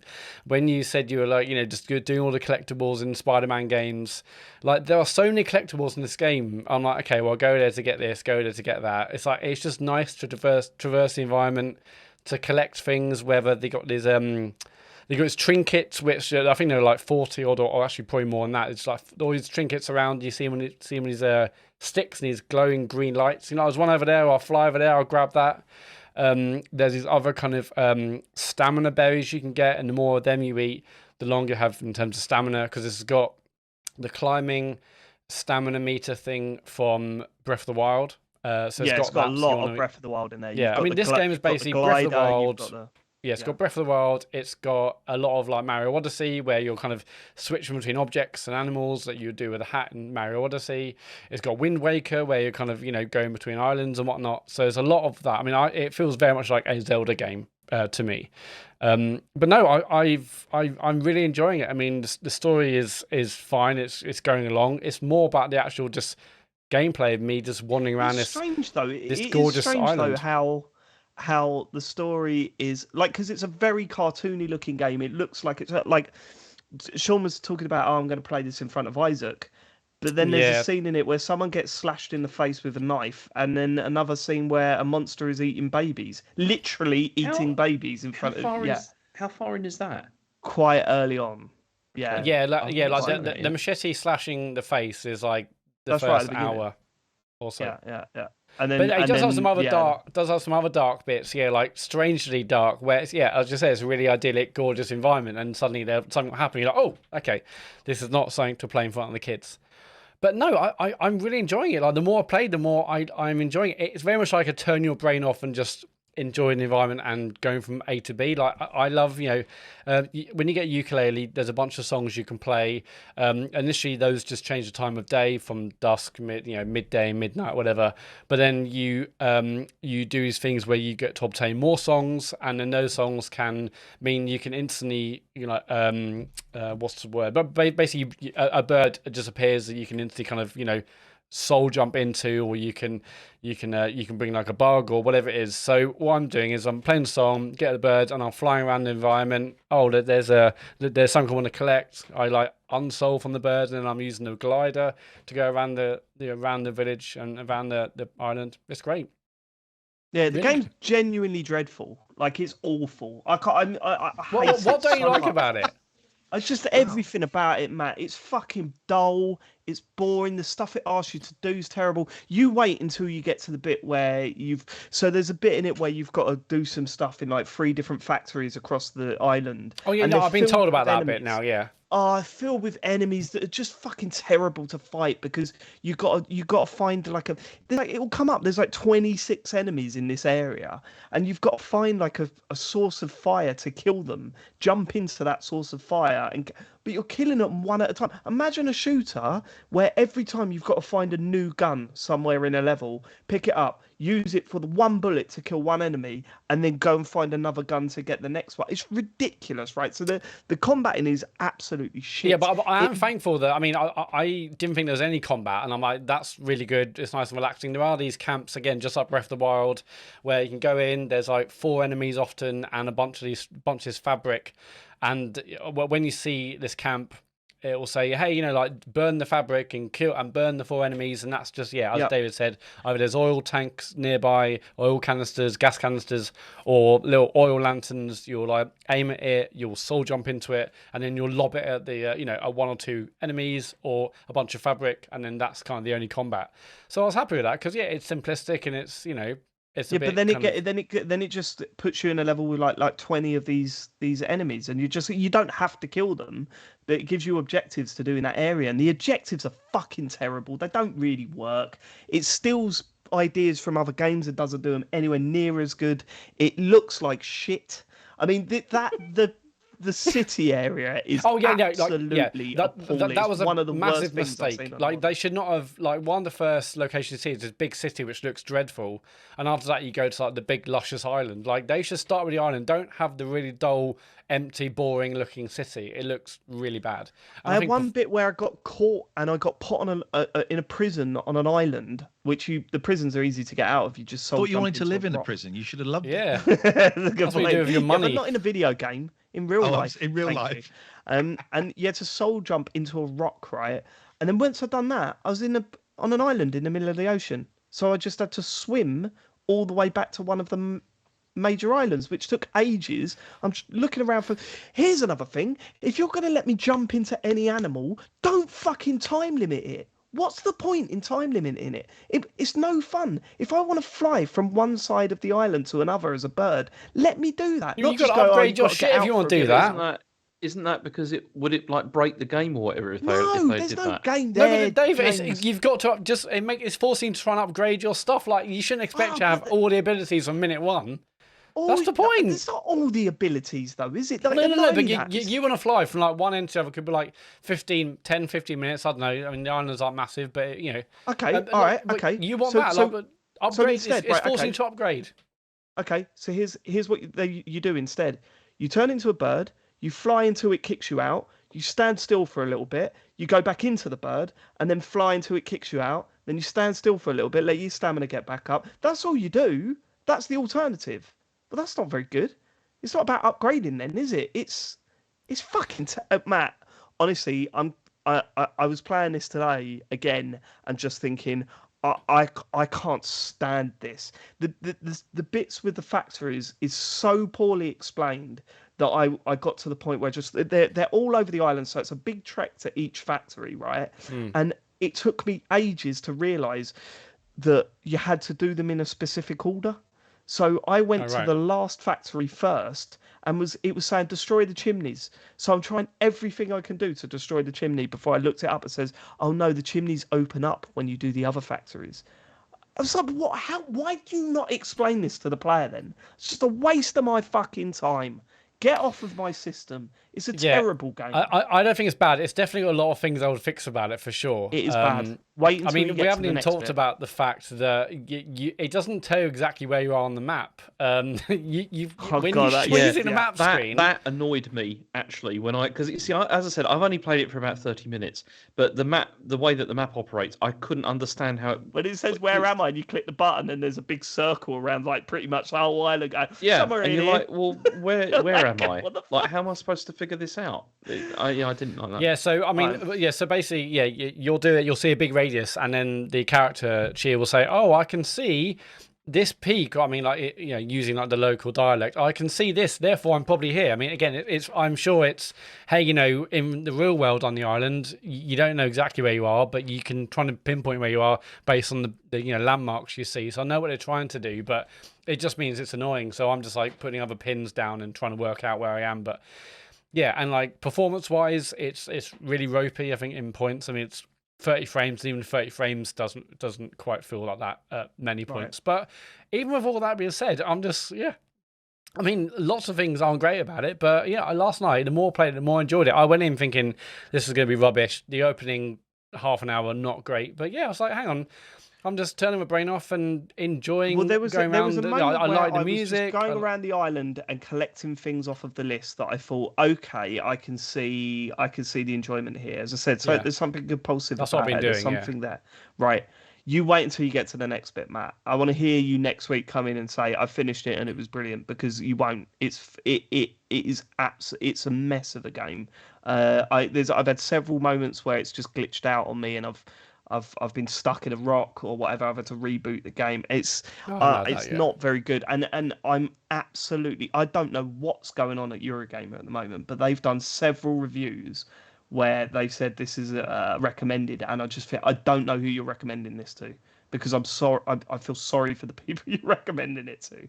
I hate it. I haven't read the reviews. I saw it got like middling reviews, and I was like, okay, well, because again, when we saw it on State of Play, I was like, oh wow, this is like the kind of indie game I like. It looked really beautiful, and the stuff it does with music and whatnot. great. But one sort of reviews like, okay, it's not maybe the thing we'd hoped it would be. But yeah, the music you can play like the guitar, as I said, to like change the time of day and stuff. Also, pretty much every cutscene you get, it will involve a song to play, and you can play along the song. They drop that at one point and they just forget about it. Like all that rhythm action stuff at the start. And not only that, the rhythm action sections go on for fucking ever. I can't believe how long they are. The song. I mean, these are full songs. Yeah.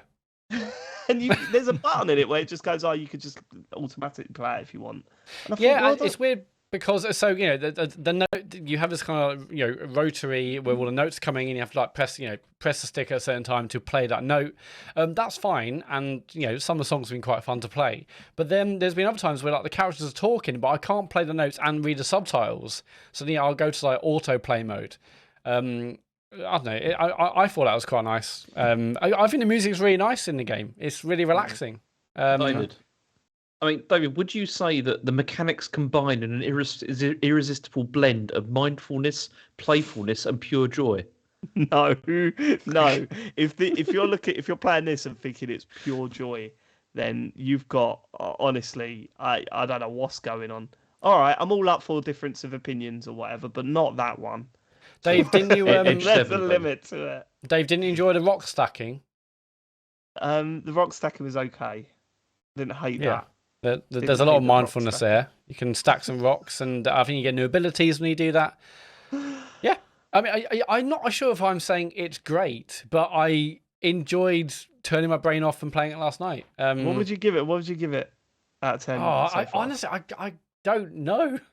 I mean, a 6 or 7 probably at this point. I'm thinking of 4 at this point. Yeah. So it's an edge 7, David. So it is an edge 7.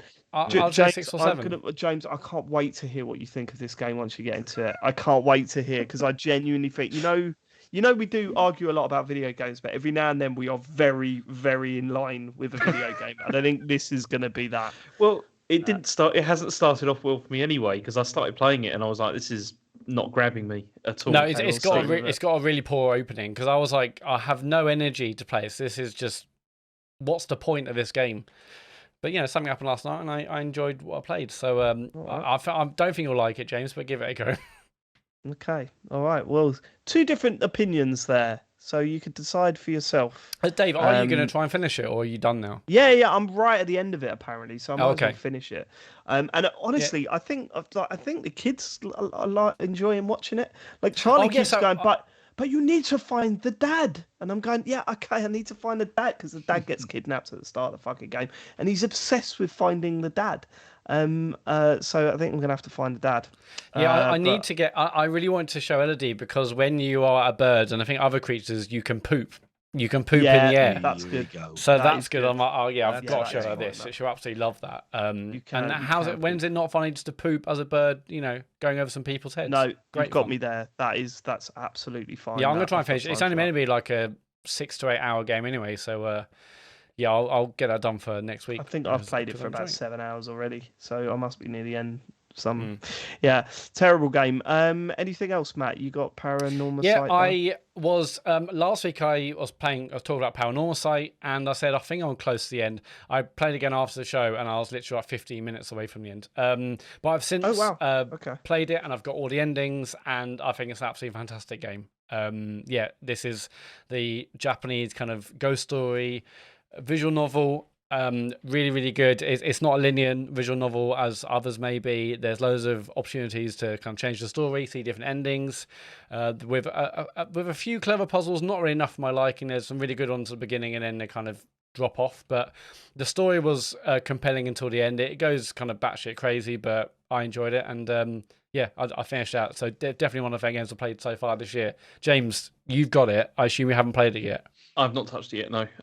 But yeah, I'll play that this week because I've got some more time now, so that'll be good. Cool. It's fucking excellent. I love that. Ian, you finally got your Series S. You've not got it written down, but I can't wait to hear what you actually think of the machine.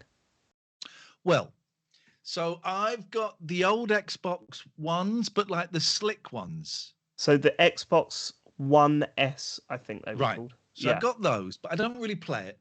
I'm now a PS5 guy. I've gone back to PS5, and I haven't really been playing a lot. But I'm 50 this year. I live on my own. I've got 4 cats now. I've got a partner, but she doesn't live with me. So I live, it could be described as a very sad, lonely life. And about a month ago, I did something that I haven't done for about 18 years. And I bought a TV for the bedroom. And I remember I got rid of my TV in the bedroom in about 2005, and I had my N64 hooked up to it. And I thought, I don't want a TV in the bedroom. It's ridiculous. It's not a healthy sleeping, get all these screens out and all of this. So I got rid of it. And the other day I bought this TV, and it's fucking amazing. It's changed my life, right? It's changed my life. I can watch Married at First Sight Australia in bed, all of these things. So I don't really, because downstairs is work. This is where I work, where I'm sat now. And it's, it's hard mixing up work and your fun stuff. So now I'm in bed and I'm struggling to sleep at the moment. So I'm watching old Dragon's Dens until 2:00 in the morning, right? So I did that. And then can I just say on that? Yes. There is a worry there that if your TV downstairs packs up, Yeah. right? Yeah. How long before you replace it? And are you going to be one of those people that doesn't have a TV in their front room? Because I don't know if I could live like that. I'm not a sexual deviant. Of course I have a TV in the room. And then a couple of weeks ago, one of my cats died, and I was just so devastated. And I just thought, I just want to stay in bed for a bit. And you'd been, suggesting I get a Series S, and I've been looking at it, and I thought, I don't really want to justify the money. If I can find one online for 180 quid, I'll buy it. And I went to Sex, and they had a secondhand one for 180 quid, and I thought, oh, fuck it. And so I bought it. So now in my bedroom, I have 42-inch TV, guys. Yeah, that's right. Hello. And I've got a Series S, and oh my God, I love it. I've played more games in the last 2 or 3 weeks than I've played in the last year. My youngest, Kimbo Collaboration from the YouTuber, and I also have to mention Alex Plays Fortnite, the other YouTuber. Yeah. But so we've been playing games with each other, and oh God, I love it. Here's the thing, right? See, I buy an incredibly powerful gaming machine, and the 2 things I've been playing on it mostly are Age of Empires 2 and Halo Wars. So one game is 24 years old and one game is about 15 years old. Well, this is the thing with the Xbox stuff, right? I mean, like PlayStation does have this, but it's not as well put together. But playing old games that you bought ages ago on that thing is like one of the main things you get one of these Xboxes for, because it's so easy to do. And your whole library is there. But most importantly, you load up one of these old games and there's no loading screens and stuff anymore. If they've been like optimized for it, it's crazy how sometimes they look better SSD... as well. Yeah, they bumped up the resolution and stuff, haven't they? So I'll go through them. I mean, there are 3 main ones, so maybe I'll talk about those. The first one is Halo Wars, right? The strategy Halo spin-off, and I was obsessed with it when it came out. For literally 2.5 years, it was all I played, and I used to do a podcast, the MSN Gamecast. With Nick and Verity Burns. Verity, and there was someone before that whose name escapes me. Yeah, no, we know her. We know her. Jane Douglas. Jane Douglas. And every week they go, right, Ian, what have you been playing? I go, Halo Wars. And I was obsessed with it, and I had to force myself to stop playing it. Anyway, so I get the S set up. I go, I wonder if Halo Wars is on there. He's back. It is. I bet there's no one playing it, though. And there are about 15 people still playing it. I used to be so good at that game. And of course, these 15 people have been playing it for 20 years, nonstop. So they're amazing. So I get in there, and I think I've got the base going, and I like to play a slightly risky game where you accumulate money and you get, anyway, I don't want to give away my tactics. And I'm just getting wiped out every single time. And I'm doing rage quits and rage launches. Yeah, but hold on. And is it with 15 people online? Doesn't that get awkward when you rage quit and then boot up the next game? I've been banned from quite a few lobbies. Really? Really? You're kidding me? Are you joking? No, I've been banned from a few lobbies because, but the thing is, Ian, there's only 15 people playing. You need to be careful, because if you get banned from any more, there's gonna be like no one to play with. I'm hoping this will act as an advert to draw some more people in, right? You know when you're playing a strategy game when you've lost. You know when you've lost. So what's the point in sticking. James knows what I mean. What's the point in sticking around so that, we destroy both your back? I just quit. Let's start again. Right. This is crazy, right? Because when FIFA first started coming online, and when games were, it was seen as a very, very bad thing to quit, to rage quit, right? It was seen as you should not be rage quitting. You should stay to the end of the game. But these days, it's like that's what you're supposed to do because it is a waste of time. If you're beating a team 5-0 on FIFA or Rocket League or whatever, you're saying to them, just quit. Just quit so we can get this over with. We get the win, you get the loss, and we can play the next game. And if they don't quit, especially in Rocket League, the arguments that go on in the text. Oh, wow. Yeah, it's really? like forfeit. No, forfeit. No, I ain't forfeiting. So then they'll start like slowing down, not really playing, and you're just sitting there just going, this is wasting everyone's time. So actually, it's more acceptable to rage quit these days. So I think you're on the right side of history there. Have any of you ever played Halo Wars? Did any of you No, ever I into played it. I played it. Yeah. Yeah, I played it a you- bit. I think we might have played it together back in the day, James. Yeah, I think we may have James, played would a couple of rounds. Would you play it? Would you play it again? I probably Please. would, but the only thing, I mean, Please. I'm not very good at it because it's been probably about 15 years So since that's I why I last want played you it. to play it, James. Yeah. Don't know wants if to you've heard stop the you. last 5 I'll be minutes. rage quitting all over the place because it'll just be like, If James starts So, rage quitting on you. I've been playing that. I've been playing lots. So I will let me rattle through them. Hang on, I've been wait, playing before that. you Can I move just on, ask though, are you are you playing the first one or the second one? The first one. I never got into the second one. Okay. Are you talking to these people on their headsets when No you one play talks to you anymore. You'll get some if you play like 3 versus 3. You'll get some prick who's like playing loud music down it. You go, would you mute your mic, please? Yeah, it's the Would worst, you mute isn't your it? mic, please? Would you mute your mic, please? Do they don't send mute you their mics. messages? Do they send you messages afterwards? No, not like they used to, didn't they, back in the day? Yeah. But I've not had any of that. Yeah, it's that famous one where it's like, I could do more things with my fucking guitar hands. Have you heard that one? Yeah. Where the guy starts playing guitar down the microphone, like to show off that he knows more, that he can do better things than play video games. I'll send you the clip. It's amazing. Okay. Halo Wars. Then I wanted to play Civilization 6, right? Because I was in the mood for kind of strategy stuff, and so I was counting down the days till it came out, and it came out. And I thought, okay, this is going to be harder than I thought, right? But I'm going to stick with it. And I played it for a bit and I just couldn't fathom it. So then I watched this really detailed 35-minute YouTube video on how you just even start the game and what you do for the first 10 minutes. I couldn't get it. I could not understand it. I think it's partly because, it's a PC game and a mouse would be beneficial. Couldn't get it. And I felt really disappointed. Oh, no. Have you not played a Civilization game before at all? I thought I had, James, but I don't think I have. Mm-hmm. I don't think I have, and it looks incredible. I would love to be able to get it, but it's just out of my I think reach. What's strange? You see, what's funny about it is, I've been playing them since the second one, which was back out. When was that? It was like 1993 or 94 or something like that. It was a long time ago. So in those days, it was still quite complicated, but it was easier to get into because the concepts were not like so developed as they are in like the current ones as well. So I think it feels to me always like it's a game series that's not friendly at all to people that are coming in, like that have never played one before. And I would say stick with it because it is incredible. Like it looks amazing. It's one of those games. It would be my like desert island game kind of thing, as it were, because I could sit there all night and play this and like over and over again, just keep trying and just keep. It's the just one more turn kind of game. It's incredible, and you can. Our friend Jay's obsessed with it. Yeah. Oh, I can see how you get obsessed. I'd love to. And it says, "Have you ever played this before?" No. Okay, well then I'll show you.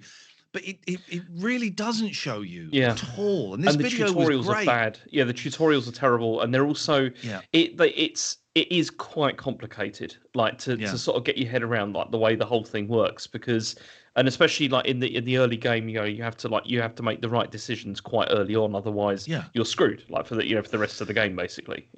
I bailed. I watched the YouTube video and I thought this isn't going to work. I bailed. So that's when I went to Age of Empires 2 because similar kind of thing, significantly easier to play, and Yeah, I've gone through the first set of wars where you're Scottish. I've just moved on to Joan of Arc, and I'm really, really slow at it. Each mission is taking me like an hour and a half, and I'm fucking loving it. I'm loving it. I'm loving it, man. I'm loving getting all my little archers together and all my soldiers, and I'm loving sending people off to go and mine for the gold and then building a little gold mine next to it so they haven't got to come back into town. And then when I've got a load of people and a load of battering rams, just smashing in the castle. I'm loving it.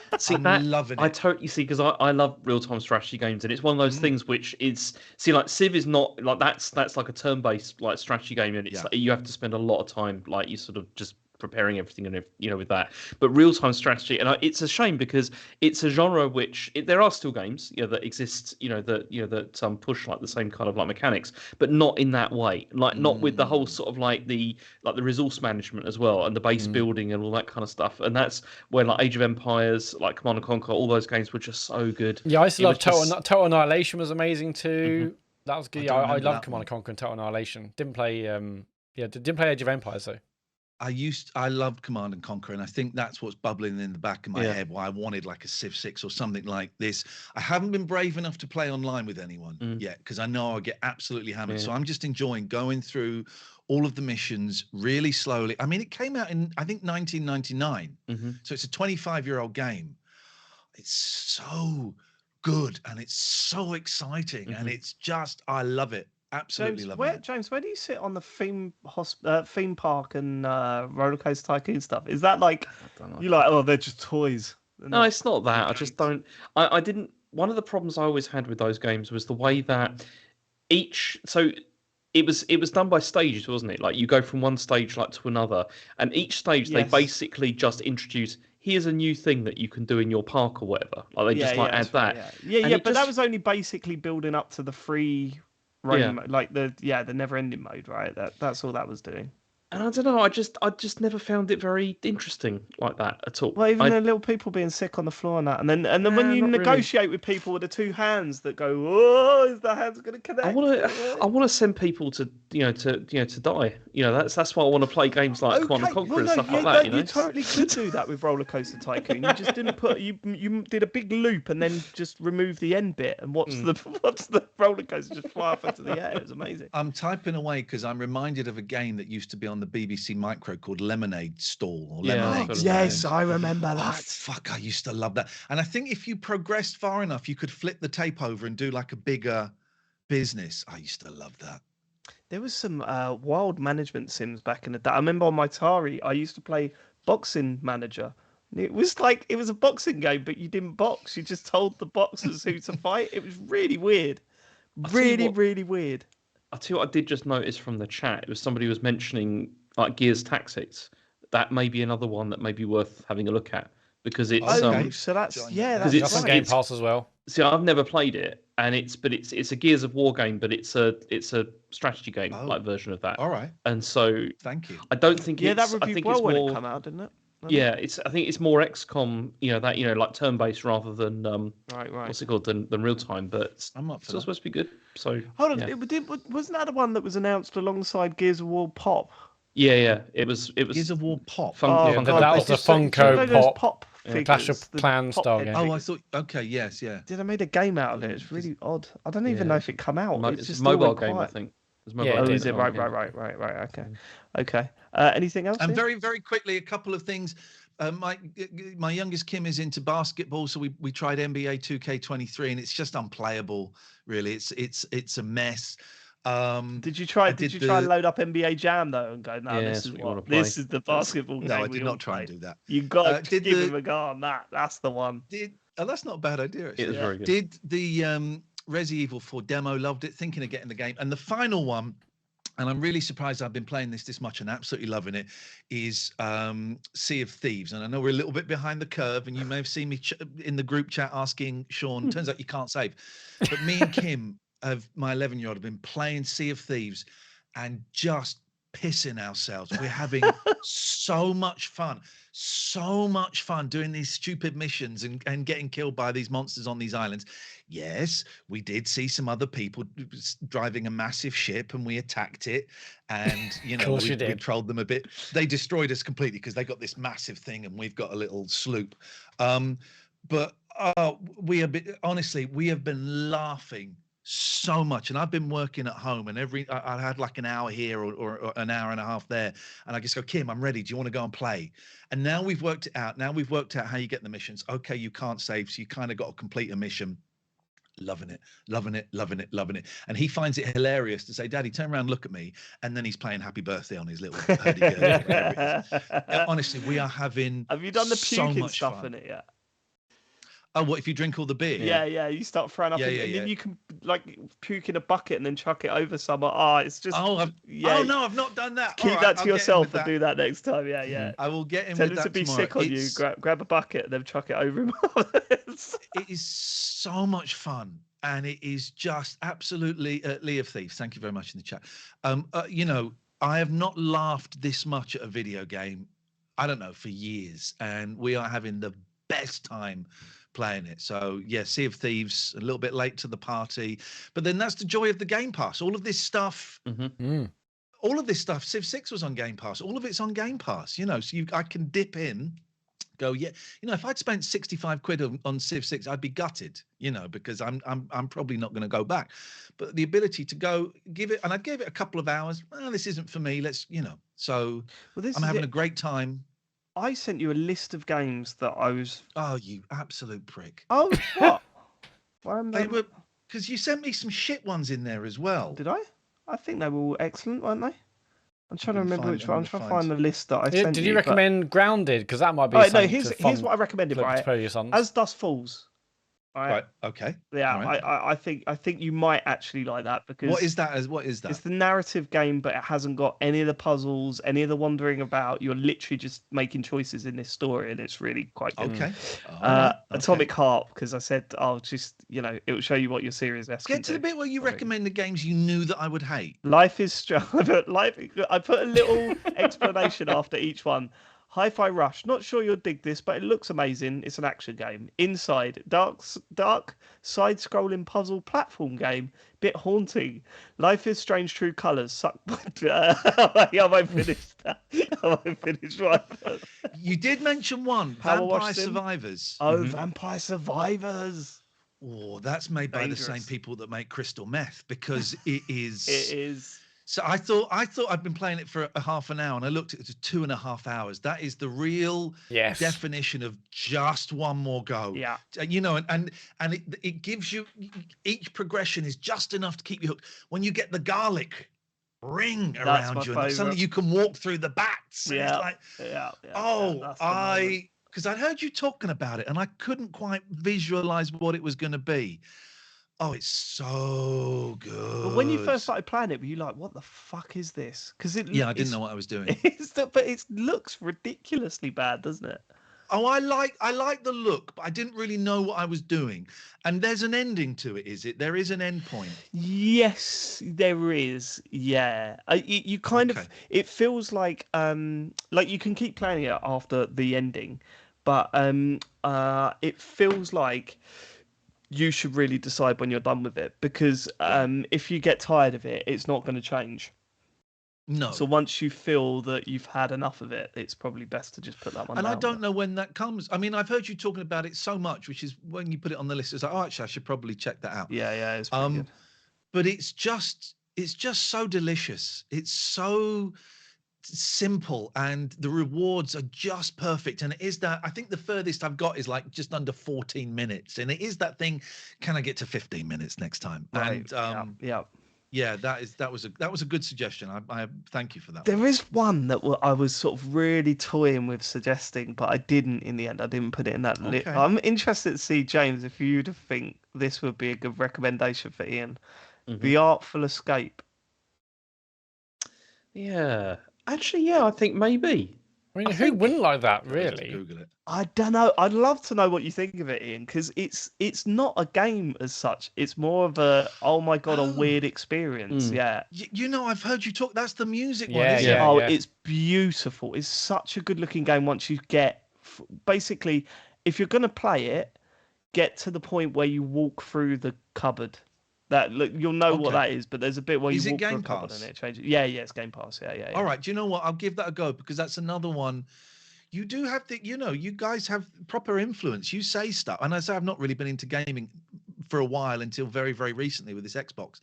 And the stuff you say filters through, and I've heard you talk about that. Yeah, I'll have some of that. Okay. Yeah, All right. definitely. Okay. I will report back if you ever invite me on. I shall let you know what I think of the Artful Escape. Oh, we'll definitely have you back on. Is that it? What we've been playing this week? Is that That's all it. That's enough for me. I don't know if you've got anything else. Well, no, that's us. Let's get to questions. Who's reading out the questions, Matt? Yeah, I'll read them. We're going to start with Let's Capone. Oh, sorry. If you want to contact us, go to tcgs.co/dear TCGS. Capone Adam has messaged, question, has the general news media got over violence in video games? Correct me if I'm wrong, but it seems like there hasn't been any news coverage about violent video games for at least a decade. The true test for this is, I guess, will be GTA 6. I don't think there's ever been a major GTA release that hasn't been met with major concerns.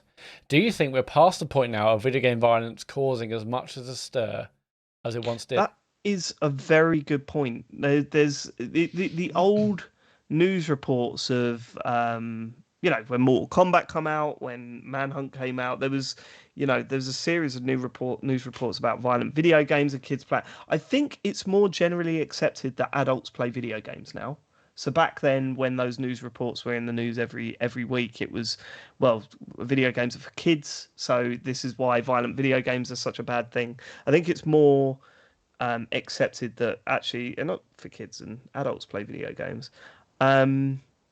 Do I think they'll come back in a big way? No, I think there's different angles for them to take. Like some of the subject matter outside of violence in video games and whether it should be in there. And that certainly was about for GTA 5. Torture was one of the things that was picked up on in that game and bits and pieces like that. So, yeah, I mean, there wouldn't be a GTA release without some sort of controversial commentary on it, I think. May I just share? I just Googled Daily Mail violent video games. Right. And here is an example from the 4th of June, 2021. Are violent video games responsible for the zombie knife epidemic? Right? 4th of June, 2021. Then the 5th of November, 2021, violent video games do not make players more aggressive in real life, a study claims. So they'll print any old shit, that gets clicks. And it's I think violent video games is one of those lazy tropes. You're having a slow week. What violent games have come out? Oh, there's a new Call of Duty. Is there? We'll run a story on it. I think it's always going to be there because it's a really easy thing. And it gets that particular viewership that they're trying to engage with riled up, as being something that. Yeah, for sure. Yeah, but I do think it's happening less, though. I genuinely do think it's happening less. I remember maybe I just saw it as a bigger thing when I was a kid, but I remember it was almost 3 or 4 times a year. It'd be on mainstream news about how violent video games kids are getting their hands on it. I'll never forget. Yeah, when Manhunt come out, and then Manhunt come out on the Wii, and there's all those stories about how kids will be able to hold the Wiimote and they do the stabbing motion to kill people. Yes, and I think it's misjudging how I think they're still they're still referenced, but they're not like the root cause. Like when there is a shooting in America, you do often say well on the last day they were playing this or they were doing that. True. But now it's just like it's more of like a reference rather than like it's all down to violent video games. But then it's funny, isn't it? Because I think even back then we were very much of the opinion that no, they don't have an impact. No, they don't. Very defensive because it was the mainstream media attacking what we like to do with our time. But really, when you look back on it and you go, well, no, they don't not have any impact. Like that's not how it works, is it? Whether it's the game's fault and whether society should have a limit on how extreme violence are in these games that's another story, right? But to put your head in the sand and say no, violent video games are fine, and that's not how it works, is it? But I think just at the time it felt like, oh, the person on the telly in the suit is saying that video games are bad, and it just got our backs up and your natural instinct. The furore over the blood in Mortal Kombat, it was discussed mad, wasn't it? In America by the president and all of these committees about that. And you look back, you think, fucking hell, really? Now. Now you want what you've got now. And play the Resident Evil 4 demo, mate. The heads like hang off. Oh yeah, that's grim. That is that grim. was the bit that I really didn't like about that. That was horrible. For me, I didn't like the chainsaw dude with the sack over his head. That, Oh yeah, that wasn't very nice. Yeah, 'cause then you had like people taking games to court and whatnot. Was it like what was Jack Thompson's deal? Like suing... Jack Thompson was trying to sue, wasn't he? Like always these different companies for various things. Rockstar and Take-Two and stuff. Yeah. I think a lot of this also though is about maturing technology as well. Like the stuff that we play now, everything's pretty. What I mean by that is that people are used to this now, whereas I think we're probably going to start to see more things about VR and everything like going into the future. Like stories about what's going on inside these chat rooms and all that kind of stuff. Right. That's all going to return. I think I would imagine. People talking about kids being groomed and all that kind of thing. And well, this is it, and it's a genuine concern because Harry has asked to play Roblox. Now, I've only looked into Roblox once, and when it's I did, awful. There are people chatting in chat rooms with random people, and I just thought, I don't want my kid anywhere near this. But so all of his friends I mean, I play it, with Aladdin. You can like turn it so no one can contact you. No one can send a message to you. You can do that, right? Yeah. So we turned all that stuff off. So, but we only really play together. And she does play without me, but yes, it's just she's playing all the random. Isn't it just shit though? I like. Oh, it's so bad. I'm old, right? I'm getting like. I guess I'm old, but I look at it and just go, "This is fucking terrible. Why are kids playing this?" No, like the UI and user experience is so bad. You look at it like it's. I can't believe it's as big as it is. Kids are just like used to how shit the UI is. It's like it feels horrible to control. Looks horrible. Even getting in and out of games is not great. But it's massive. So. My boys, when they were quite a bit younger, we're talking about Roblox, and they said, "Yeah, we found this game where there's a dead dog." I said, "What do you mean?" It was a real dead dog with pictures of a dead dog. I said, "What? Photographs of a dead?" Yeah, there were photos of a dead dog, and I'm thinking, "What the fuck?" And I had to, play it cool. I said, "Oh, do you think could I go and have a look at this game with the pictures of the dead dog in?" And they took me in it, and what it was the person that built it, their dog had died, and they just made a shrine with not pictures of a dead dog, lying there dead, or just beautiful pictures of this lovely little poodle that they had, and it said "Rest in peace, Fluffy," and "I will love you forever." And they just stumbled on that, and I was thinking it was pictures of a dog, there was bits hanging out. And it was just a lovely tribute. Them though and get it taken down? Yeah, I did definitely. Yeah, banned. Kids should not have dead dogs in the. I don't know. I don't know whether I want to do it or not. It's so hard. And I was chatting to someone about it a weekend, and I said, but all his friends are playing it now. So, and they're saying, but that doesn't mean that you have to give in. And I'm like, I know, but at the same time, it's killing me that all his mates are sitting playing Roblox and he's not allowed to. Like, I don't know. Look at the filter settings. Yeah, there are loads. You can lock it down pretty tight. Yeah. Okay, I'll do that. I'll do that. Thanks. You're the first people that have ever mentioned that to me, so that's actually really helpful. I might look into that this week. Yeah, I mean, Eddie doesn't play with her friends, and that's why I can turn everything off, and there's no chance of anyone messaging her, even her friends. But you can put it where it's just friends only anyway. So it could be worse though, because I don't know. I'll say this quietly. I overheard him talking to his friends the other day they were playing Minecraft, and he was calling everyone bra, and you've got to shut up and let it happen. You've got to accept it. You've got to accept it. But at the same time, I'm sitting there in the kitchen, buttering the bread too hard. There's holes in that bread because he said bra. I can't stand it. But there you go. They're kids, isn't it? It's kids.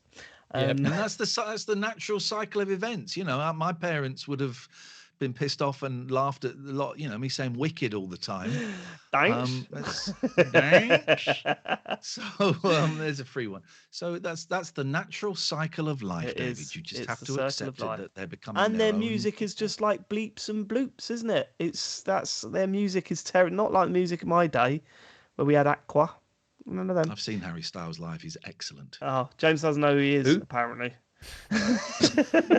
Next. Timothy Quadrangle, not to be too morbid, who knows how long any of us have snowboarding jinx aside, but are there any games/series on your bucket list you've yet to get to, or if you were to pop your clogs tomorrow, would you be satisfied with what you played? Blimey. Is there a game? When I'm series? on my deathbed, I will not think, "Fuck, I wish I'd played more video You're games." absolutely Fuck. right. That is very low down on. I'm gonna be thinking, I wish I'd spent more time with my kids. I wish I'd travelled more. I wish I'd tasted hot, spicy food that tastes delicious but makes me shit myself. That's what I will be wishing. Still miss that place. Seriously, it's You can still find them. the rickshaw. But yeah, I don't even know why it was Ah. called that. It doesn't make any sense. We're gonna go on.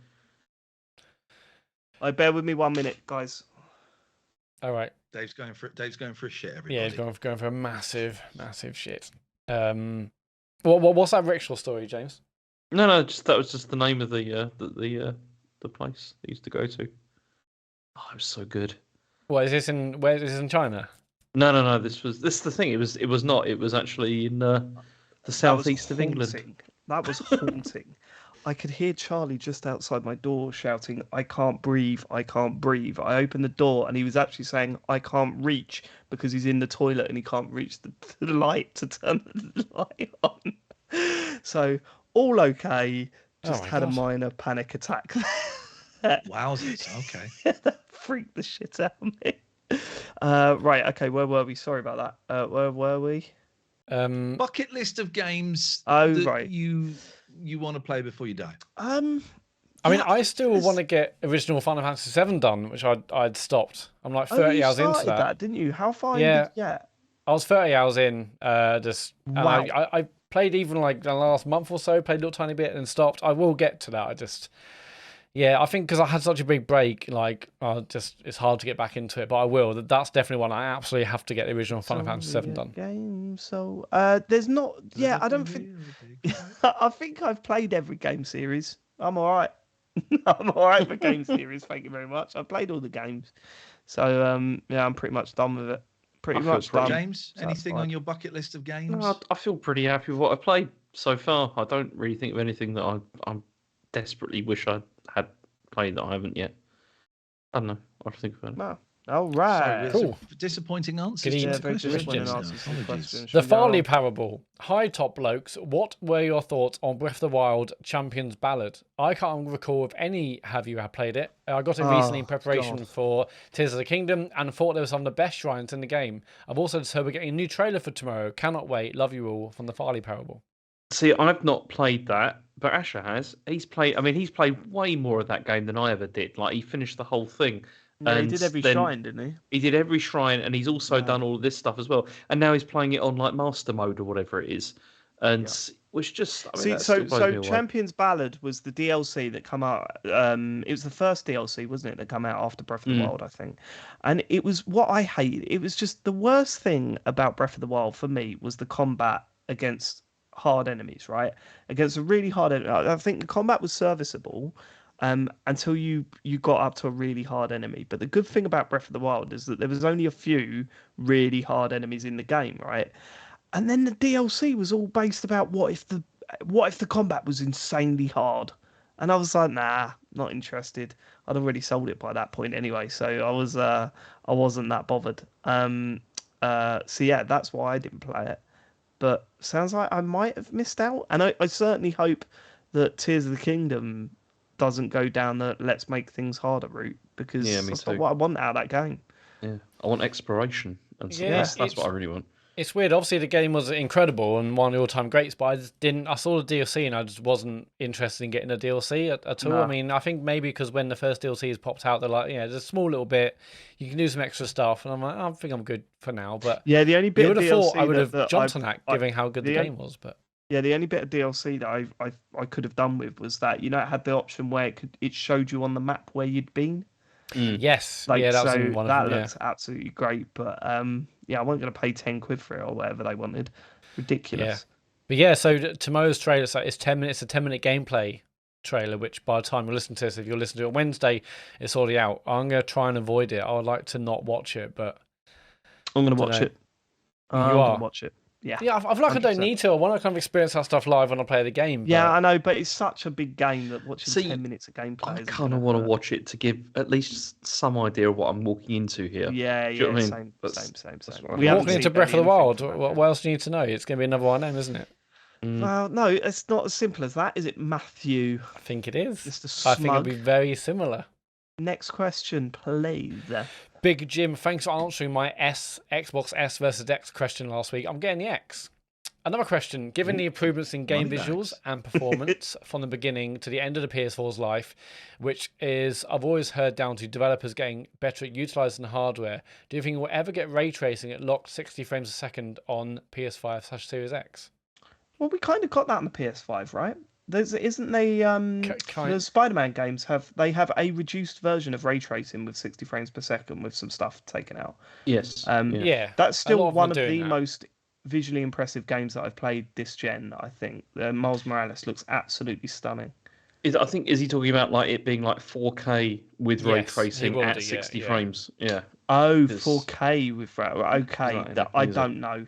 I don't know how it works. Even though that was sold, even that sold to us that that's what these machines will do. It's clear that they can't do that at the moment. But don't even like high-end PCs struggle with that as well? A lot. Yeah, absolutely. Unless you have like the absolute state-of-the-art 4090 and all that kind of stuff, like you're gonna struggle with these machines. But this is like the great promise. Hey, you can do 4K.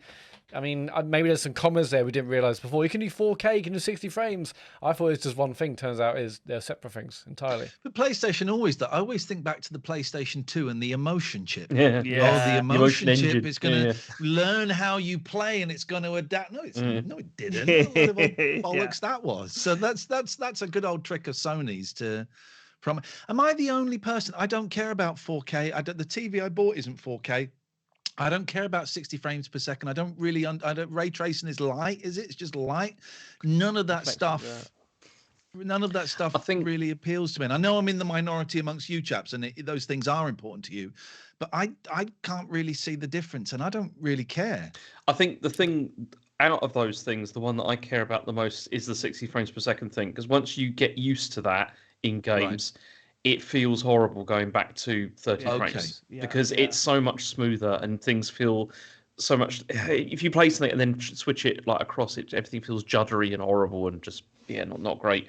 It's but we are definitely in the minority, and it's funny because when there's people at work or whatever saying, "Oh, I'm thinking about getting back into gaming. Should I get the Series X or the PS5?" I always say, look into Series S because you don't care about 4K HDR.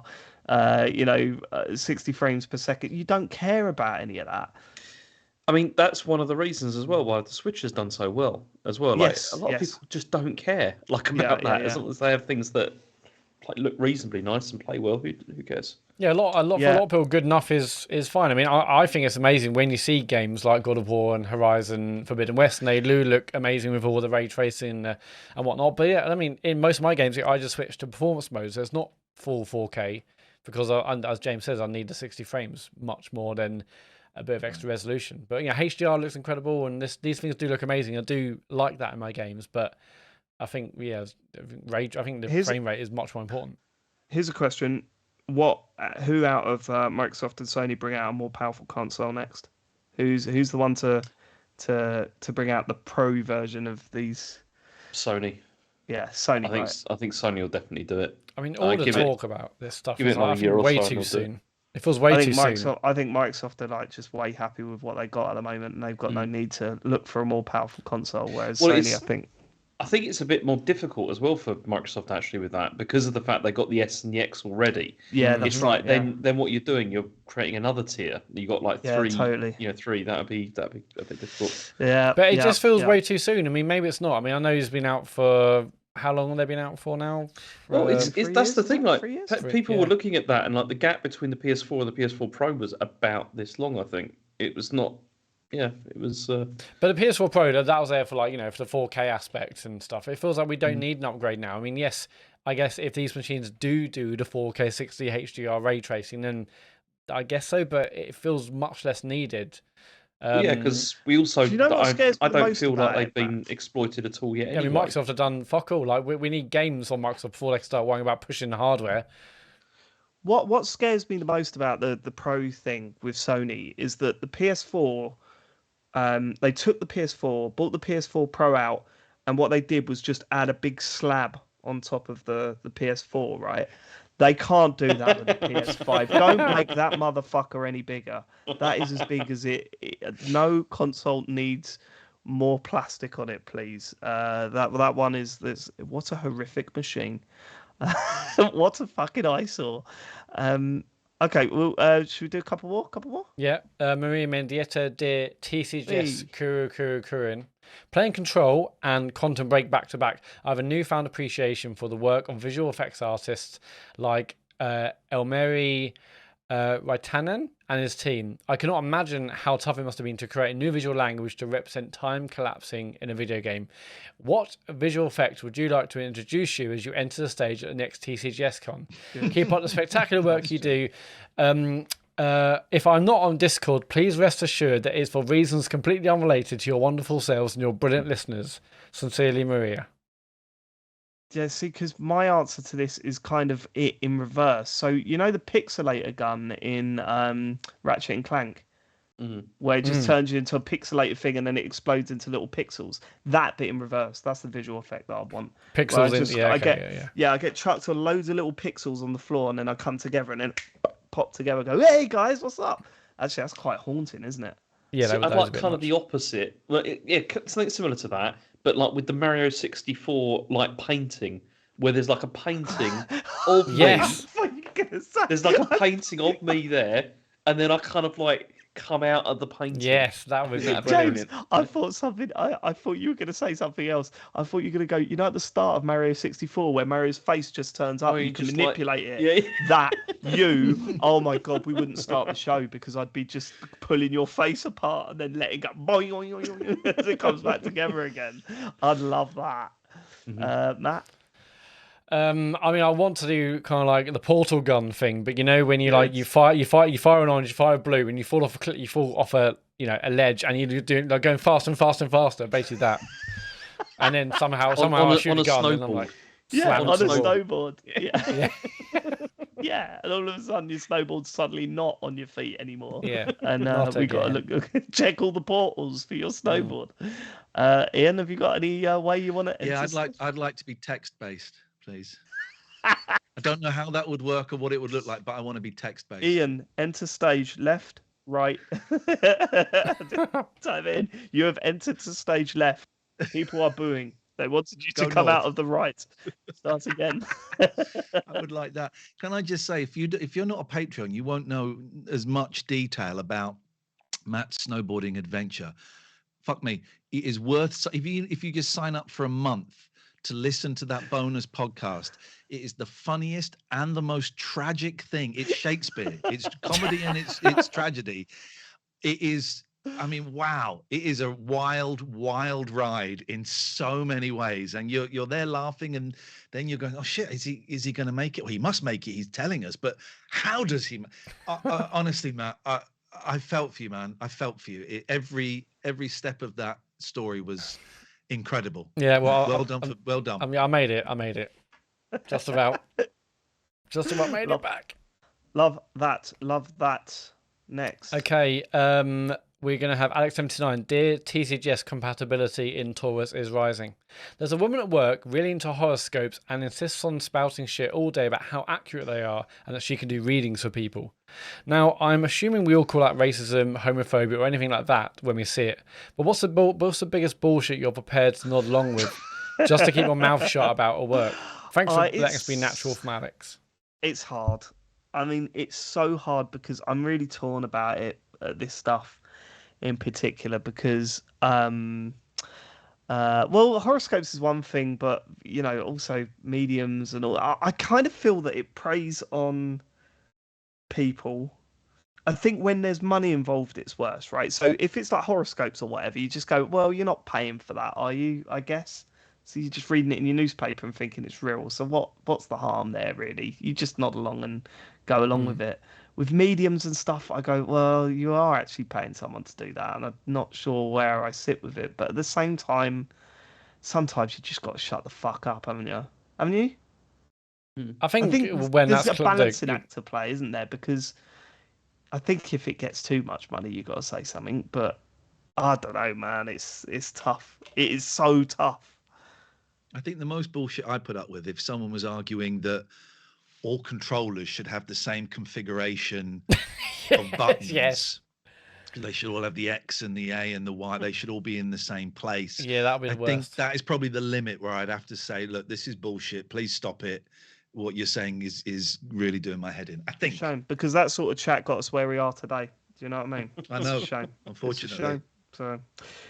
So that's a tough one, isn't it? Because if we didn't have arguments like that, we'd be just another one of those podcasts, baby. No one wants that. I mean, the truth is, I'm probably willing to put up with all sorts of bullshit at work. I'll just say, yeah, you go ahead and say whatever you're thinking. That's fine. I don't have to engage. Is that what you say? You actually say that sentence to people, do you? I just walk off. I've got a feeling James has got zero patience for any of this sort of chat at work, right? Yeah, I mean, I put my headphones in a lot of the time because it's just like During conversation. Sentence. Whack the headphones on. Yeah, just like I'm the over the ear ones just to prove the point. Noise cancelling. It's great. Just Ian, where do you sit on this subject? Literally just told you 2 minutes ago, David. Thanks for paying Unbelievable. attention. Oh yeah, but I thought you were going to give a serious answer rather than a silly one to use to attack me. I've never really had a job for very long, so I guess I don't put up with bullshit. You don't do it at all. That's why I was at Jack FM for 6 months, because they were talking bollocks. Do you call out the bullshit though when they come out with video game stuff, Matt? Like I suppose in your line of work at the moment that's rarity, right? But when when you get the whole but I heard that this happens, and you're like, you want to go, no, well, but at the same time, I'm not getting paid. Listen to my podcast. Yeah, I mean, no, I just, I mean, everyone has their own opinions on things. It's not worth getting into like an argument to try and say, well, actually, you're very wrong there. Just let them go about the business. Way easier to do it that way. Fair enough. Is that is for it questions? for questions? Yeah. Well, Ian, thank you so much for joining us this week. Thank you it's for been asking. A pleasure. It's always a gas. Have you back on? Do you want to plug anything? You want to plug away? Can I give 3 little things? Absolutely. My boys have got YouTube channels and I love them. So please, if you feel so inclined, go and subscribe to either Alex Plays Fortnite, Kimbo Collaboration, and this, I know this treads on your toes slightly, but please use the code APF in the Epic store, and it helps my Matt little boys. Fuming. Matt is absolutely fuming at this point. Live it. Please cut that bit out. That'd be such a nice thing to do, because they just go and subscribe to their YouTube channel. Thanks for posting. It makes their day. They will get in touch. Go, well, my new video got 3 thumbs up, and they love it. So if you feel like it, then do, and if you don't. Cool. Excellent. Thank you. That's all I want to plug. Okay. And thank you so much for living it. Oh, Matt, there's socials, isn't there? Yeah, sorry. The socials, I mean. Yay. 300. We got plans this week, mate. I can't wait. We have, yeah. So on Wednesday night, Dave and I are doing the Patreon stream this month. And we're playing a co-op game together. We're going to play We Were Here Forever. It's a co-op puzzle game with just 2 of us, just me and Dave. So if you're at the £8.50 and above tier, you'll get to watch that live. And this is only for patrons. So yeah, it's not going to go well. Matt is not very good at puzzles. I have got 0 patience. This is going to end our relationship, I think, Matt. Yes. This might end our relationship. I cannot wait. I'm free Wednesday night. I'm totally watching this. So I was looking for like co-op games, and then I found this like Where We Were Here series. I've never heard of it before, but this is like the 3rd or 4th one. So very excited to see Where We Were Here Forever is like. That's on Wednesday night. There's no other streams this week, so that'll be next week until you get another James. Or I assume you're not streaming, James. No, not this week, but the week after I'll be back. Week after, Sean and James will be back. But if you have Amazon Prime and Twitch Prime, if you have Amazon Prime and Twitch, connect your accounts, you get a free sub every month. We'd really appreciate if you went over to our channel and gave us your free sub. David mentioned a Patreon, patreon.com/TCGS for exclusive podcasts. There's the exclusive monthly bonus show podcast. There's the video stream, as I mentioned in the beginning. And the website is tcgs.co for links to our amazing Discord community. Go over there if you haven't already. There are loads of amazing people over there talking about all sorts of crazy things. So go over there. There's a link at the top of the website, and links to our other socials, our other podcasts. You name it, it's all on the website. Thank you so much for living it. We'll be back next week with some more gaming chit chat. Goodbye, everybody. Goodbye. Chowsy chow Bye. chows. Chowsy, Yep. chow chows. Goodbye.